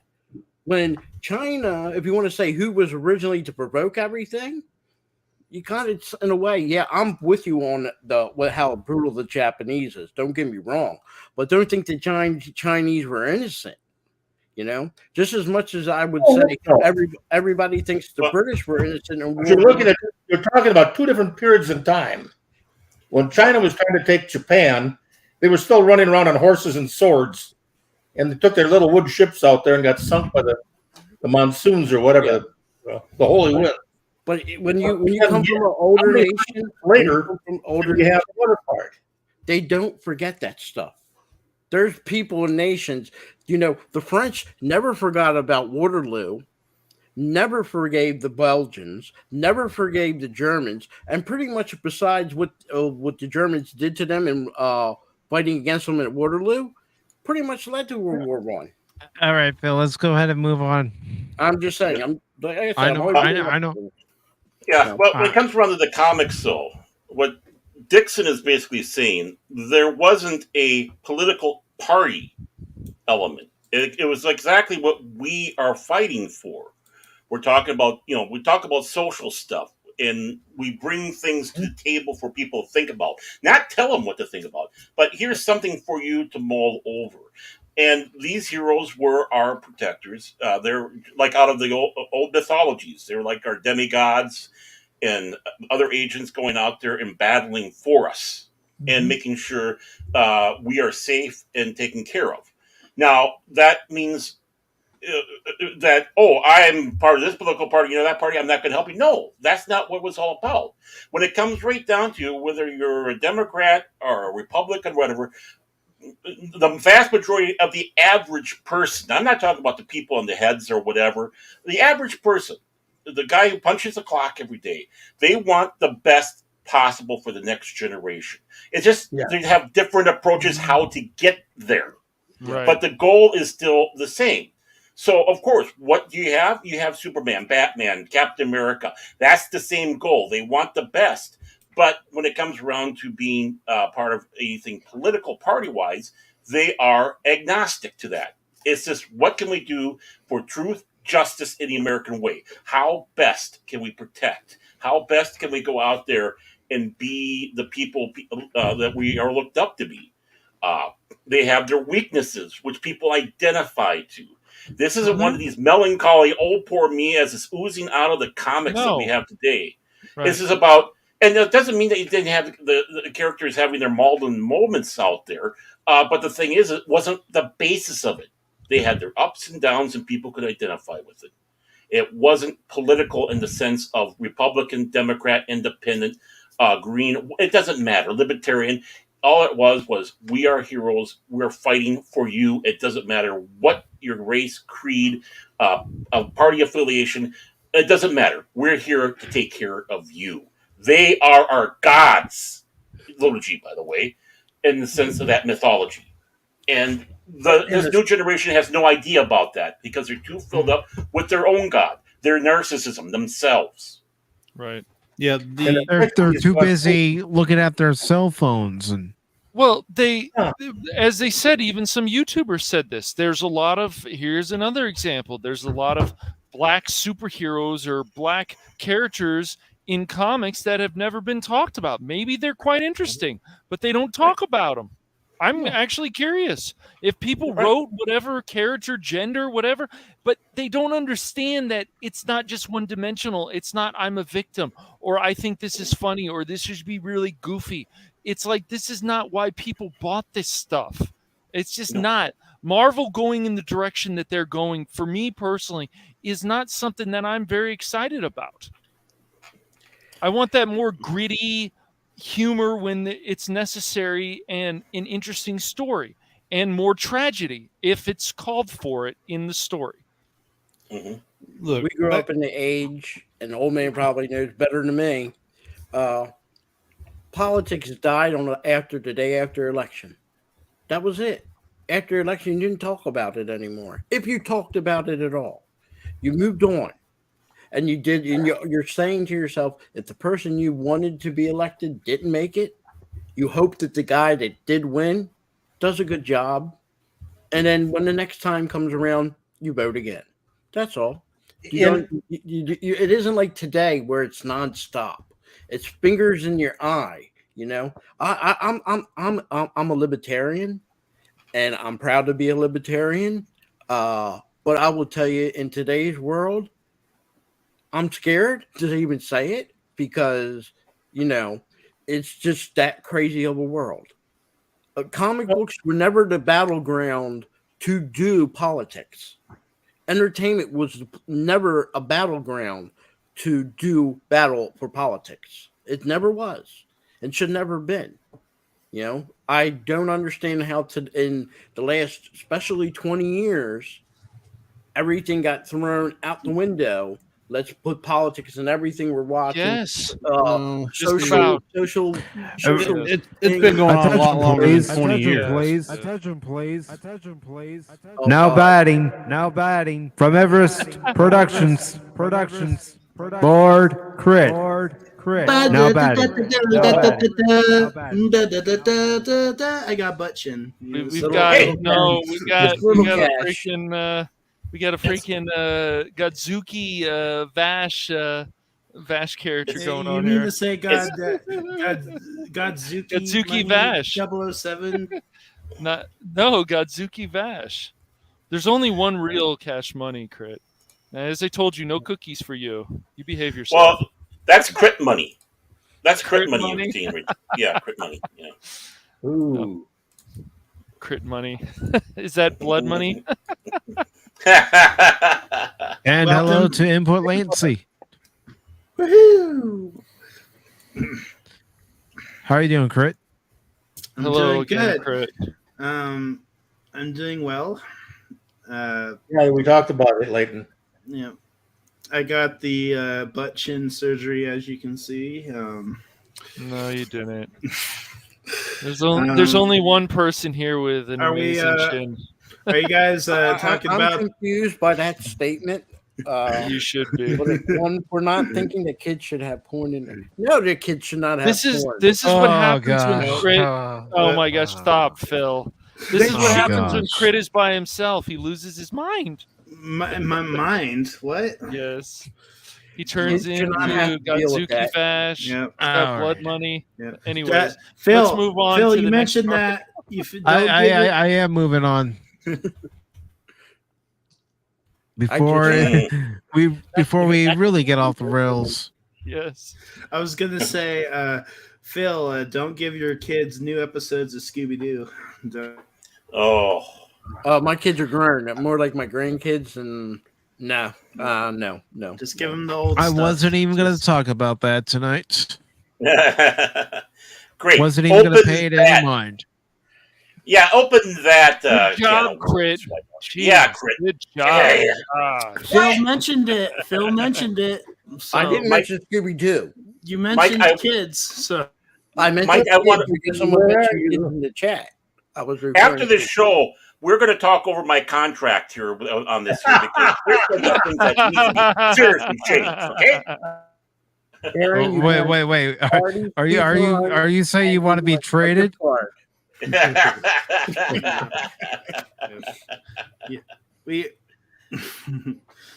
talking about comics. During World War II, the GI got this, newspaper come out for the troops. They still have it today. But anyhow, the big thing back then was they had William Joel. And if you're the least little bit familiar with World War II and you read those comics, I'm not kidding you. No matter where you were or who you were laughing. The only person who didn't find them funny at all was George Patton. And Phil McCracken. And Phil McCracken. Phil doesn't have a sense of humor. I do. I just don't understand the craziness. So sometimes, I mean, when you got I'm not even going to say what's on my mind after you said that, Phil. Yeah, go ahead. Go ahead. You never hurt my feelings. You understand the craziness because you are crazy. One of them that stands out to tell you about where they were going for with William Joe. In one of his pictures, one of the cartoons, they had this Jeep with a broken front axle. So it's laying down on the left front fender. This army officer who's wearing a campaign hat and jodhpurs has his hands over his eyes, extending his pistol at the radiator of the Jeep. Now, that went over your head. He was an old cavalry officer. Mm-hmm. When your horse broke a leg, you shot him. Here he is. He's going to shoot his Jeep. And you ate it. And that was the point that they were getting across there, was the mentality of some of the people that were there. Some of them never got out of World War I and before. No. Others, it's like, hey, we can fix it. No, that was the whole point of William Joe, was pointing out all these oddities that were happening and having you laugh at them. Now today, unfortunately. Oh, man, you probably know more. But I was always told, when I listened to my grandparents and my aunts and uncles who grew up at that time, like in today's world, like in comic books, you hear, get your Moxie. Where'd that come from? Yeah. The old Moxie soda pop. Yep. And it's stuff like that. Like, I didn't witness it, but they told me about soda jerkers.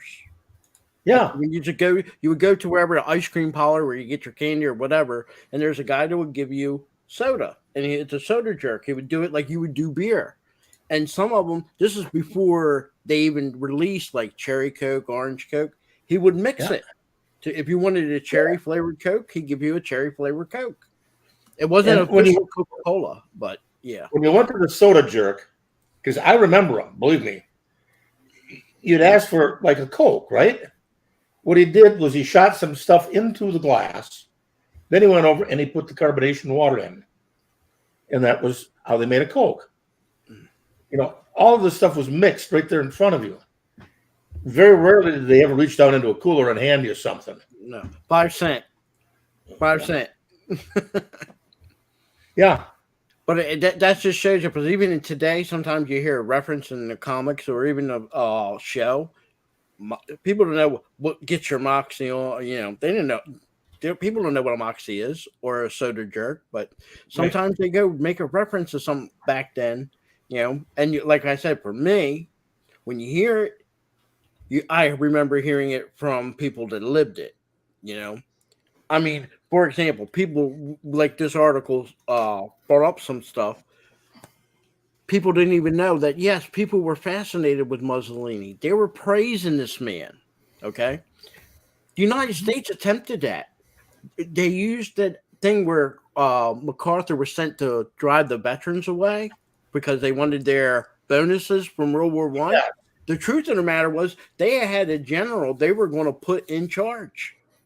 That was the real truth. They didn't want to release it. So when we think today, when people yell and scream January 6th, that wasn't the first time anything like that happened. Be careful when you mention that date because of the way YouTube is. All right, January, that day. We'll call it that day. But the 60th of the 16th of 2006. Yeah, thank you. But they had their version of it.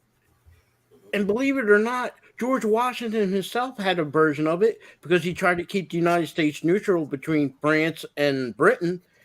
2/3 of the country wanted us to fight with Napoleon, and he didn't want to do it, and people were in revolt. Watch the TV show.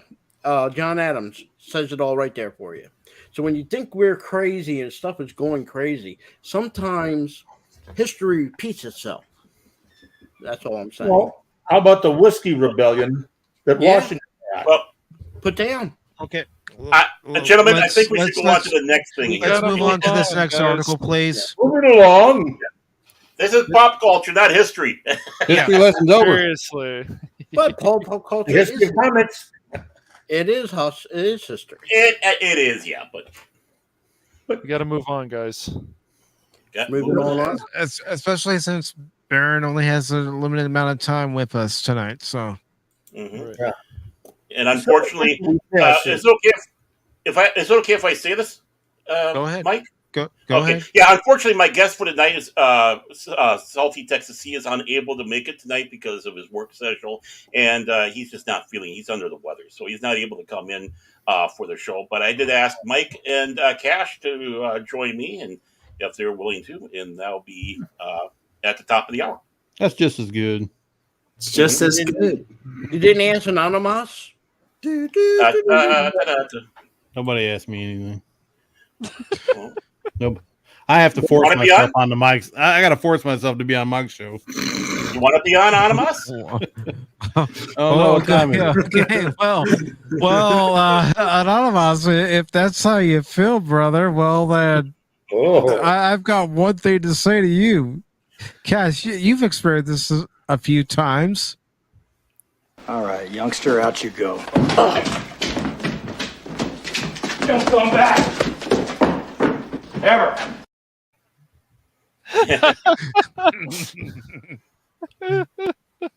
Oh, the abuse. Yes. Hey, I don't need this abuse now. I got plenty of other people waiting in line to abuse me. He didn't do his honey to do list. I warned you guys. Mike, he's been abused by better people than us. That's right. Anyways, getting on with this article is how the artwork has changed over the years. Well, Dad, old man, we're going over the Sony one now. We got to get to the next topic. Yes. All right. So this article from Eurogamer says, but I got a Panasonic. Oh my gosh. This article from Eurogamer says Sony says its PlayStation games won't release on PC for at least a year, but live service titles could be day to date. It goes on to say PlayStation Studios head Herman Hulse has revealed Sony's first-party PlayStation releases will likely take at least a year to launch on PC, although live service games might come sooner. Sony initially confirmed it was exploring bringing its first-party PlayStation exclusives to PC in March 2020, announcing that Horizon Zero Dawn would lead the charge. Although it said releasing one first-party AAA title to PC doesn't necessarily mean that every game now will come to PC, and it didn't have plans to follow Xbox lead with day and date PC releases. It should. Yes. All right. Yes. It goes on to say, since then, following the successful launch of Horizon Zero Dawn on PC and the number of titles joining the platform has continued to grow, Days Gone, God of War, and Marvel's Spider-Man Remastered have already made the jump, with Spider-Man Miles Morales, Uncharted, the Legacy Collection, and Sackboy: A Big Adventure confirmed to be on the way. Despite the steady increase of releases, there's been no indication that Sony intends to change its initial stance on day-and-date PC launches for its first-party PlayStation titles. And Hulse has now shared a little more information on the company's thinking in this regard. In a video interview with Julian Cheese, Thanks VGC, also explained it's been really great for the teams to see their wonderful creations also being released on PC. There are more players, and that's really helpful. I think going forward, we'll see at least a year between releases on PlayStation and on the PC platform, possibly with the exception of live service games. These, he elaborated, were a little bit different in nature because you want to have a really strong community, strong engagement right away, right when you go live. So we might, in the case of our live service offerings, go day and date with PC and PlayStation platform. Earlier this year, Sony said it planned to release 10 live service games by the fiscal year ending March 2026. While specifics are not yet shared, these are likely to include Bungie's new franchise codename Matter, Naughty Dog's The Last of Us multiplayer project, Deviation Games, new PlayStation exclusive IP, the new title from Jade Raymond's Sony's owned Haven Studios, and the rumor Horizon Zero Dawn multiplayer game. It remains unclear how many of these will come to PC, but Sony has said it expects PC and mobile games will make up almost half of PlayStation's overall game releases by 2025. And that's it for the article. So really, I guess the question is, where do they see the real cash cow here? I mean, The real PCs, a lot of people do it that way. I know that they have nothing to do with, Xbox and all that stuff. It's all on the PC. And it seems like there's a very large commodity of people there that they would be definitely wanting to woo to buy their product. Am I wrong or what? I don't know. No. What's really happened is Sony's trying to protect their real quick. Sorry to interrupt, but Okay. Gap does have to go. Yeah, sorry about that. Great stream. I'll try to watch the rest of it. I've got some, house stuff list that I've got to complete. Honey to do list too. He's got out of Moss's list. Yep. Yeah. Oh hell! I Then y'all will never see me again. I emailed it to him. All right, guys. Yep. Well, I'll catch the rest of it. You guys are the best. Take care, Dig Gap. Gap, be good. All right. Thank you for coming on, Gap. Talk to you soon, buddy. I have a PS4, and I'm pretty sure most people either you have a PlayStation or you have an Xbox. When it comes to PlayStation, let's be honest. In the last 5 years, or even more so, people prefer playing their games on the PC. Okay, so years ago, like around the early 2000s, you would have to have a PC, or you would have a PlayStation, or you had an Xbox. There were your three options. Now you can eliminate the other two and just do it on the PC, where, yes, Sony's going to make money from you buying a digital copy of their game for their PC, but you're not buying a PlayStation, you're not buying the controller, you're not buying the passes and everything. So there's money they're losing, even though they're gaining money. And don't forget, when they had their little war with Xbox, when Xbox lost the war, Sony thought they were going to make money big time because everything was going to be on Blu-ray. So anytime they were releasing a digital copy of a Xbox game and they're using the Blu-ray, some money had to go to Sony. Now people don't need to have a digital copy, which I'm against. I prefer a digital copy.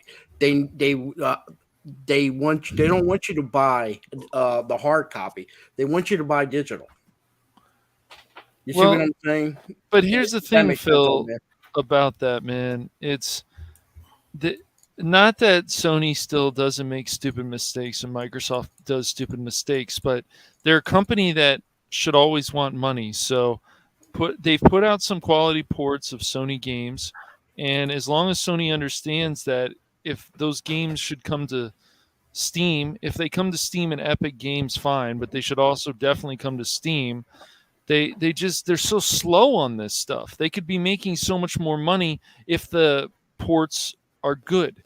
There is one thing I would say, there is a bright side to this. Most of the time when you get a release, within a year's time, you get the Game of the Year edition coming out. as opposed to the original release that doesn't have the extra DLCs. So waiting a year, I'm on a PC side and I want to play a Sony only game and I have to wait a year. I won't mind waiting a year if I can buy the Game of the Year edition as opposed to the very original copy out. You know, how many times people bought Skyrim, for example, and don't hate me, Cash. I mean, but they When have. I first bought came it. out, you got the vanilla. Well, then they right. come a year later, they had the 3 expansions. So waiting a year, that ain't. But we also know that Skyrim will always be better because it's modded, obviously. Yeah. Yeah, but that's how all the games make their money. They release it as the one release, and then a year later they release the Game of the Year edition that has all the DLCs. As long as the game's sold well, yes. Yeah. So, but I like I said, even the Xbox does the same thing. And I know a lot of people in between will say, well, they should make it available for the PC so everybody can, if they have a PC, they can always get it. But you have to understand sometimes the license agreements that they have with the company that's making the game sometimes don't allow that. That's why you don't see a lot of the third-party games released on Xbox on Game Pass for PC. Yep, because here's the problem. They have to pay. Go ahead, Baron. Go ahead, Baron. Sorry. I was going to say, let's go back about 40, 45 or so years ago. When you had the real console wars going on, you had the Atari 2600, you had Intellivision. Each one had their own individual games. But somewhere along the line, they started getting the idea, and they made up basically Intellivision started making cartridges to be played on the Atari 2600. Activision came in and started making as a third party games for the Atari because it was the most popular console out there at the time. Even you had like Coleco had, of course, their stuff and those games like Donkey Kong. You could get them on all the platforms across the way. Moved into the computer age, and unfortunately, the one big thing that Steve Jobs did that was wrong was he ignored the gamers. He wanted the Macintosh to be a business computer. And he shunned all the people that wanted to make the games, even though between the two devices, the Macintosh does have the better graphics because it was made for that. So what happens? Everyone went over and you had all these PC games. But if they those that thought they could get more money, they'd make for both the Apple and for the Macintosh. You had it also for the Apple II and the IBMs and the other days. So, I mean, it's silly to limit yourself to one company like that. It doesn't make sense. Well, that's the other thing too, Baron, and I've had discussions with other people about this. Like, as long as you can afford it, if you want to get consoles, get a consoles, but don't not make sure to get a PC as well. If you can afford a PC, get a PC because of the options, because of how much control you have. Right. I mean, we have an Xbox here because of the kids, but I prefer being on the computer. One, I have a hard time doing all those damn controller things, X, Y, but it's easier for me to just hit the keyboards on that. But at the same time, things have changed since the Atari 2600, where it's one button and a joystick. Yeah, I mean, I prefer being on a computer. My daughter just made up a gaming computer to play her games on. She has Xboxes, but she made sure she has herself a big gaming room with her computer. Nice. There are some games, I would say sports games, console all the way. Well, because of the online is a problem. It's the same with the fighting games. You just don't get the same kind of people. They're mostly on the console. So if you're going to play online, you should play on console for those kind of games. Then you did have problems which they're starting to get better on. They would have, all right, if I want to play Call of Duty and my friend's on a PS4 and I'm on PC, before originally you couldn't cross-platform. Now you can do some cross-platform. Not every game is cross-platform, but there's some games. Yeah, I love the games. Certain games should have been, like Battlefront 2 should have been cross-platform. Agree. That would have helped the game a lot. Hello, Leia Rose. I didn't see your message there. Well, yeah. But there's still games, believe it or not. I'll use the Xbox Fable. You never see that on the PS. You'll never see that live service. Yeah. Well, they go with this live service, and that's just so that it's an easy excuse for one, driving you crazy with some online thing, and then two, microtransactions that you don't need. And if they're just skins, those can be fine, but if there's something else, no, it just gets bad. And if I remember correctly, the very last Fable that was released, even though it was only for the PC and for the Xbox, PC had to wait a couple months. Mm-hmm. Not a year, but they had to wait a couple months. Why? I don't know. Maybe they think if you get frustrated, you have to buy Xbox, but I'm one of them people. I just waited. Well, the one thing I'll say about like people like Phil Spencer, he actually said, I want to start caring. What did he say? Yeah. I want to start caring about PC gaming again. And he's actually done it. A lot of these games that are on Xbox Series X are on PC day one. So if they're good, that's great. If they're not, it's don't start alienating or alienating the people who want to play your games just because they don't have your system. Exactly. You're going to lose a lot of money. But when a year comes, how many people are really going to honestly care? The excitement and all that is over with. It's last year's product. They want this year's product. Right. And they're going to those are more friendly. There's some games like when Elder Scrolls 6 comes out, whatever it is. That has to be one of the most amazing games. That has to be it has to be either probably better than Skyrim. The way that they're building up. Your mouth.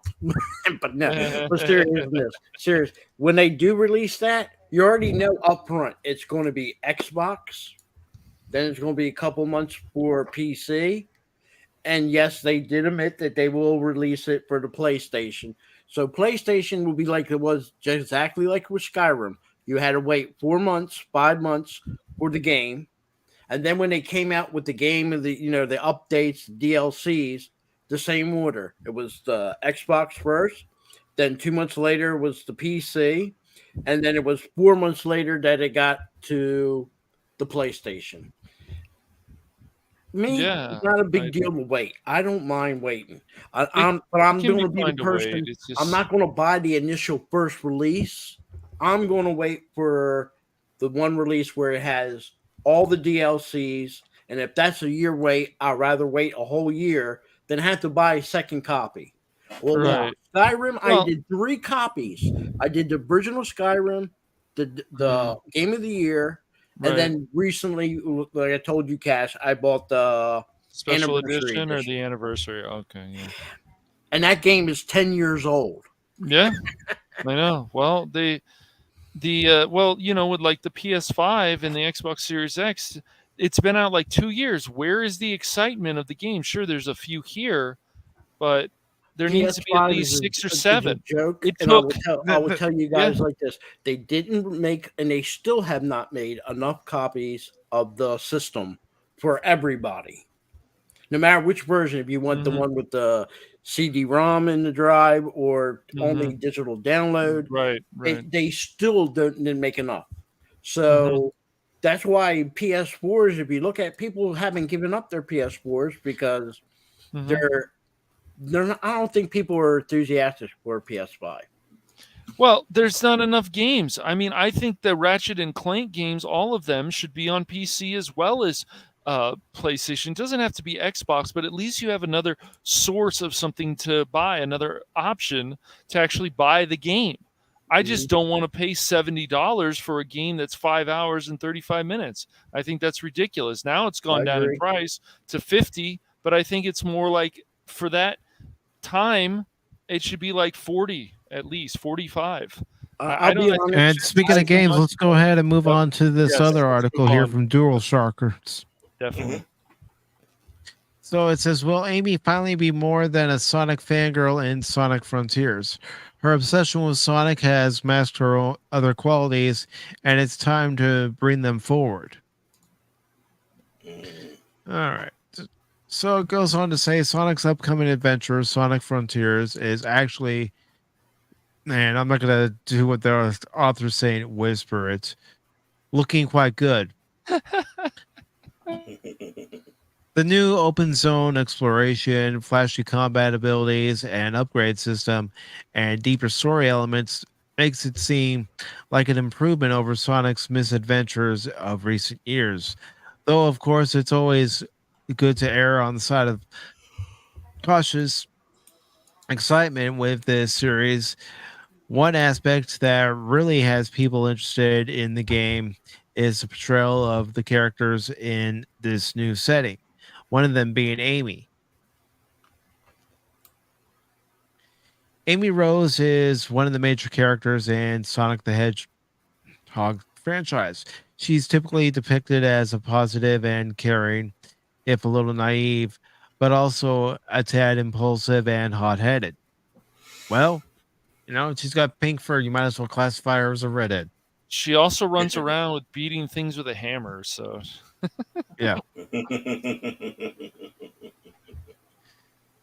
But there's always been one thing about her that has both defined and restricted her agency in the Sonic canon. She has a huge crush on Sonic because Sonic rescued her in Sonic CD, for crying out loud. For shame, you shouldn't have done that. That's toxic masculinity saving her. You should have just left her be.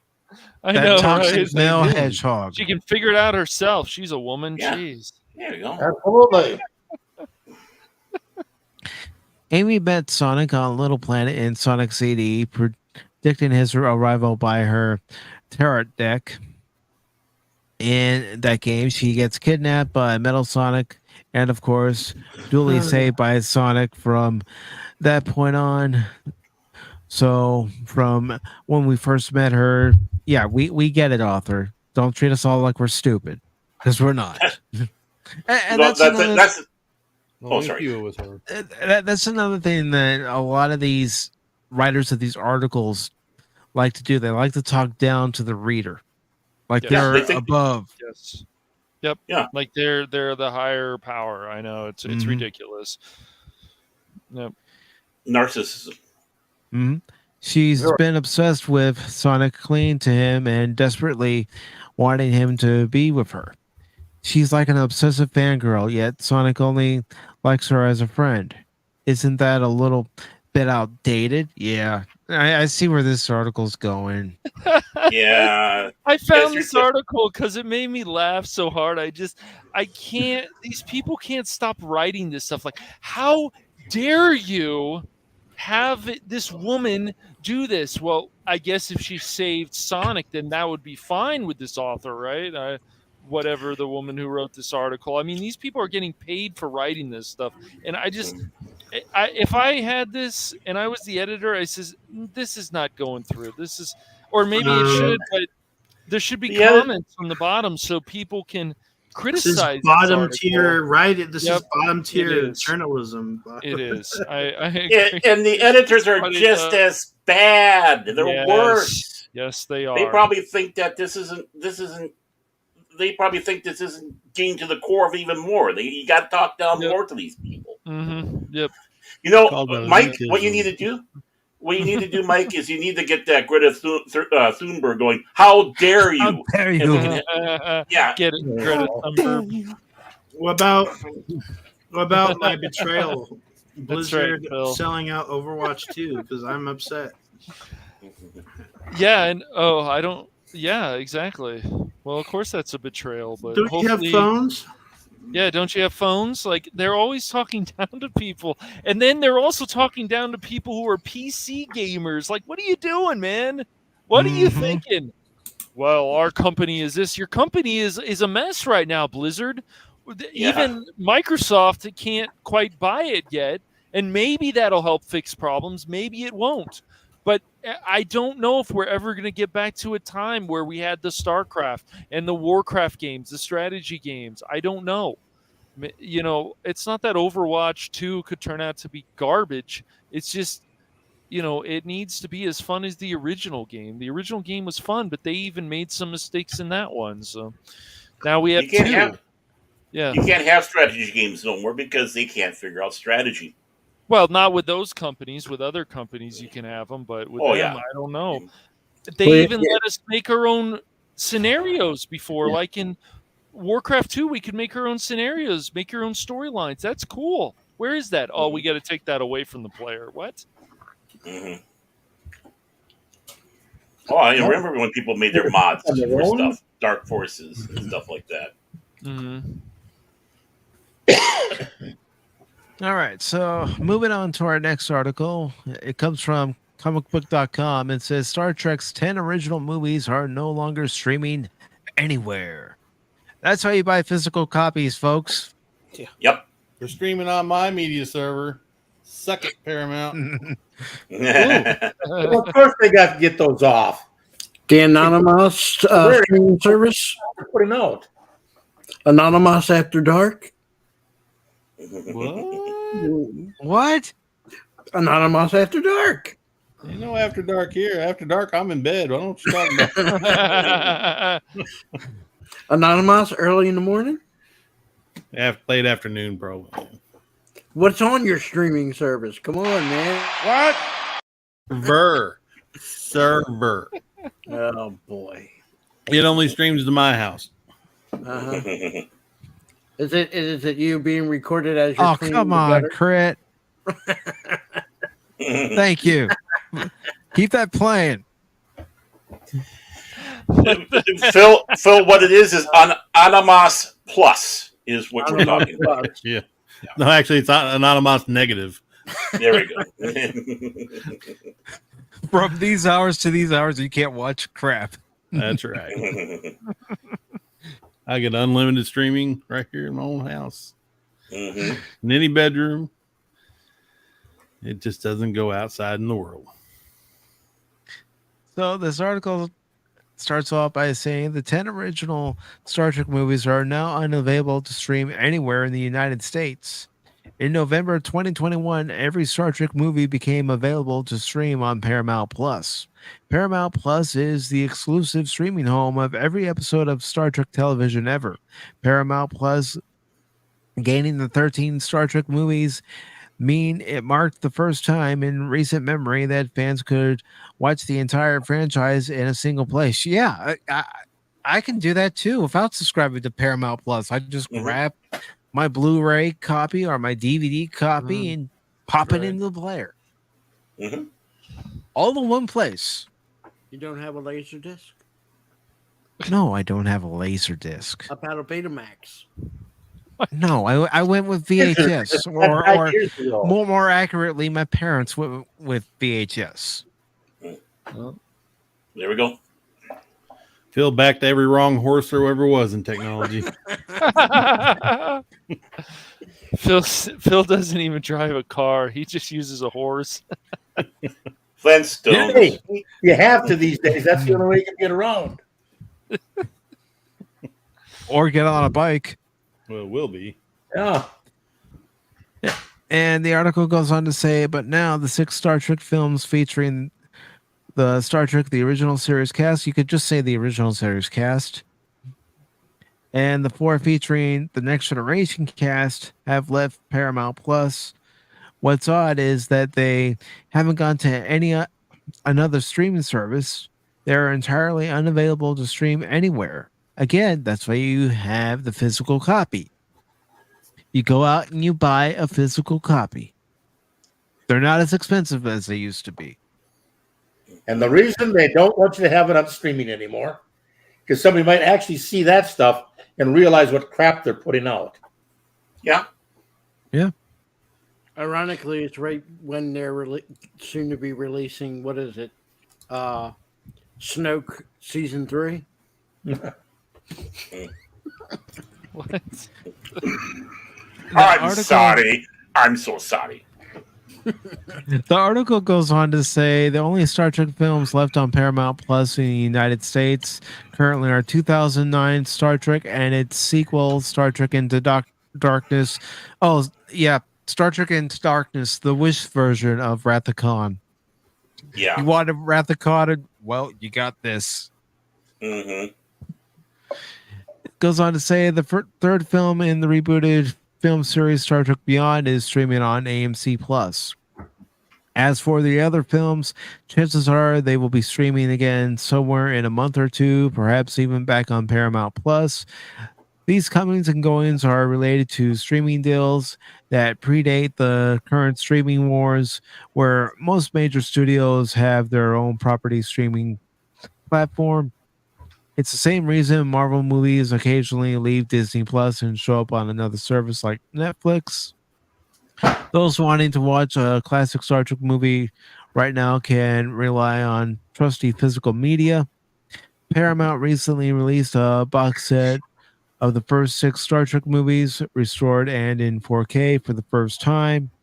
The new editions are also available on standard Blu-ray for those without 4K Blu-ray players. Unfortunately, there's no word on the next generation movies going the same 4K route, and it also goes on to say, however, the 2009 Blu-ray box set containing those films is rather hard to find nor expensive. That's because they're not really good. Yep. These films are also available to rent or purchase digitally from various digital storefronts. While the previous Star Trek movies are in a state of streaming flux, the future of the Star Trek movies remains uncertain. The long gestating fourth Star Trek movie to feature the Kelvin timeline cast, Chris Pine, and everybody else. I'm not going to read everybody's name. Recently lost his director, Matt Shackman, to Marvel Studios' upcoming Fantastic Four movie. Shackman's exit is likely why Paramount Pictures removed the film from its release schedule, having previously been set to debut December 2023. That's because it's not happening. We should send him a thank you card for doing that. Mm-hmm. This is why other things happen. It's like, oh, I don't have the Blu-ray, I don't have the DVD. Okay, well, I guess I'm gonna have to find another option. We'll just the thing is that some of that stuff's expensive. Yeah, I get it. I can never afford to buy all of TNG on Blu-ray. It's like $120. I understand that. I'm not gonna say it's not. That's like a day and a half worth of working. Well, this ain't the first time something like this has happened, and a lot of times doesn't have anything to do with anything other than contracts are up. And what I mean by contracts, they get a certain period of time where they have to pay the cast and everybody that filmed these movies and did these movies. They still get royalties. So what I'm thinking is there's going to be a month or two, maybe even 3 at the max. They're not going to be up there, and then all of a sudden, bang, it's back up there. I'm saying it's because the royalties, and then as soon as royalties are all settled out again, they'll be back up there. They're not going to keep them down forever. But I'm always with you on that, Mike. Always have, if you like something, always have a hard copy. Oh, yeah. Always have the hard copy. And I'll use Godzilla as an example. No more Godzilla from you. So Godzilla. No. Toho is stingy with how, like, some of the Godzilla movies are like $200 because Toho is still Baron Norman tag. It's just, these companies want your money, so they'll limit what you can get. I never understood why things went out of print. Yep. Especially, you have to remember, especially when it comes from another country coming into the United States. Another Japanese company is the one that does Star Blazers. I can't think of the name of them right now on top of my head. They do Guardians of the Galaxy, not Guardians of the Galaxy. I forget the American name for the comic, but it's they're hard with their copies. Every time something gets released from Japan, sometimes you get it for like 3 years and then it stops. Then they'll release it again, and then they'll go for another 3 years and then it stops. I think that's also that's kind of like how the Robotech movie is, because Robotech, the Japanese version, that can never be. They did release it one time, but because the people that made Robotech don't want the Japanese version coming in, they're gonna try to and the real Robotech movie that came out of Japan has never been released in the U.S. because that's all money. That's all to do with money. It's all Same money. like Yeah. with this here. Like I said, even when they do an old thing like this, say they do Gilligan's Island, and I forget sorry, Phil. Gentlemen. You got to go. Barrett's got to go, and I'm going to go ahead and wrap up the show. All right. Take this time Take to care, everybody. promote. Everybody. Bye, Barrett. Bye-bye. How many going to Bye, bump so? Barrett. Don't forget to post the link. I won't. Take care. Wow. So And he who left would you like to behind, promote old man. first? He left you behind. I'm all alone. Help. It's okay. You got anonymous. So Cash is I'm here for streaming you, his old man. chin, as far as I know. I don't know. No. Who's good. Crit is going to do a dance of the Godzilla on his stream. I heard. Yeah, there it is. He's going to yell at Overwatch 2. Yep, I'm gonna yell because I can never get in. I have not been able to get in. I've only been able to play 2 matches. I paid $40 for this thing. I feel cheated. Oh boy, that's because you were One thing that I feel really bad about with this stuff coming in from Japan. A while back, I forget exactly how long ago, I saw a really in-depth. We see people went over there to look at these companies and their artists and everything else, and they got these monstrous things that these guys all got. Oh yeah, here we got. Then they actually went out and talked to the artists, who are being paid absolutely nothing. They're living almost in total poverty, and that's how they're being treated. Well, they're making millions on their end. And I think that's one of the reasons kind of went, wait a minute. I don't think I really like these guys. There's a lot of people that, especially in Japan, but they have a lot of old, I don't want to say old techniques that Hollywood used to do that were dirty. I don't know. I'll give you an example here. It happened in the United States. Hayden Christensen had a show and he promoted it to USA. They declined it. And then they took his idea and they made Growing Pains. He ended up suing and winning because they stole his idea. Yeah, that happens a lot over in Japan. That happens a lot over in Japan. They don't have the same, how can I say? They're like, we have a lot of, I don't want to say unions, but you do have a lot of unions still out there in Cali and out there in Hollywood. They do protect people's, content and stuff like that, make sure they get paid. Over there in Japan, it's a little bit more honor system. Get me through the door. I'll give you 15. All right. That type of deal. Folks, start promoting because I got to wrap this up. I'm anonymous. Come to my channel, and leave a like and watch a movie or a show or a video. Come sub. Me and Cash are going to be playing some games. Oh, easy mode. You ruined the joke. Never mind. But yeah, I am going to be start streaming. I might do Mario Sunshine. I might finish that with Cash. Oh, good. Yeah. Yeah, I'm going to be I should be starting this week Saints Row 2 because screw that piece of reboot stuff, trash, whatever. That's not interested in that. I really want to see you play it though. Oh man, I think I might curse too much. Yes, I want. Yep, you should do that. A little profanity is a good thing. Your frustrations will bring so much joy. I'm sure it would. What was that, old man? What did you say? Oh, I'm sorry, old man. What did you say? Profanity is a good way to keep you from killing somebody or smashing your computer. Yeah, that's true. I'm still waiting. Well, I got one little. That's what you get, Crit. You knew this was going to happen. Shocking news. I am going to subscribe to Anonymous's channel. Oh. And I'm going to wait for him to do a live stream, and I'm going to stalk his chat. Well, you be and waiting. I'm gonna have 2 little syllables the whole entire time typed in there.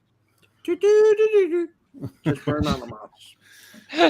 You can put those in the comment section of my next video whenever I make it. How about that? I will do. Sounds good. And for everybody who is still here watching this Saturday at 8 p.m. Eastern is the Get to Know Us stream. This stream is all about content creators coming on here and discussing what their channel is about. And we will also show those channels. So if you're interested in watching any of these channels or being part of the stream, it'll be an open stream. And I invite everybody to come on and talk about what they do on their channels. This isn't a sub for sub deal. It's just to help get more channels out there that you might not even know about. Unfortunately, I won't be allowed on this to stream because I don't have a channel. Well, we've told you many of time, Phil, if you created a channel, you would get subs and you would get views. Yep. Yeah, you'll get used, Phil. What did this man say today? I don't understand. I know his theme song.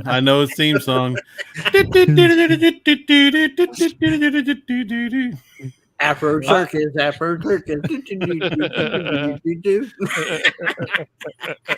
That's Phil. Clown World. I will always tell people that those Madagascar movies and that penguin movie are always so enjoyable. I love the penguins. Yes, penguins are great. You didn't see anything. I want to move it. I want to move it. That's right. This will wrap up this edition of the Box Score, along with Pacific Forum 4 Pop Talk and the Box Score Pacific Forum 4 Pop Talk Super Show. If you like what you saw, make sure to leave a thumbs up. If you hated it, thumbs down, leave a comment, and share the stream with your friends. Consider subscribing to all the channels who I have already put the links in the chat. I will put the links to everybody later on in the day or in the evening, depending on when I actually go to sleep and when I wake up. But they will be there. So thank you all for watching. Have yourselves a great night. Remember, Cubs beat the Reds in game 162 of the 2022 season by a final score of 15-2. I'd rather go out the season with a win than with a loss. So thank you all. Have a good night. And come over to Baron Norman Tag's channel.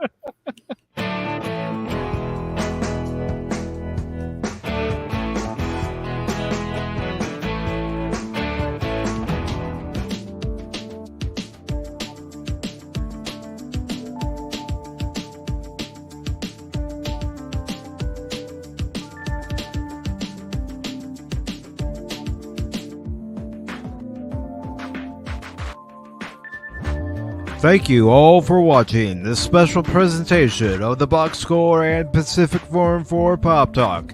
Please like, share, and subscribe. Have a good night, everyone.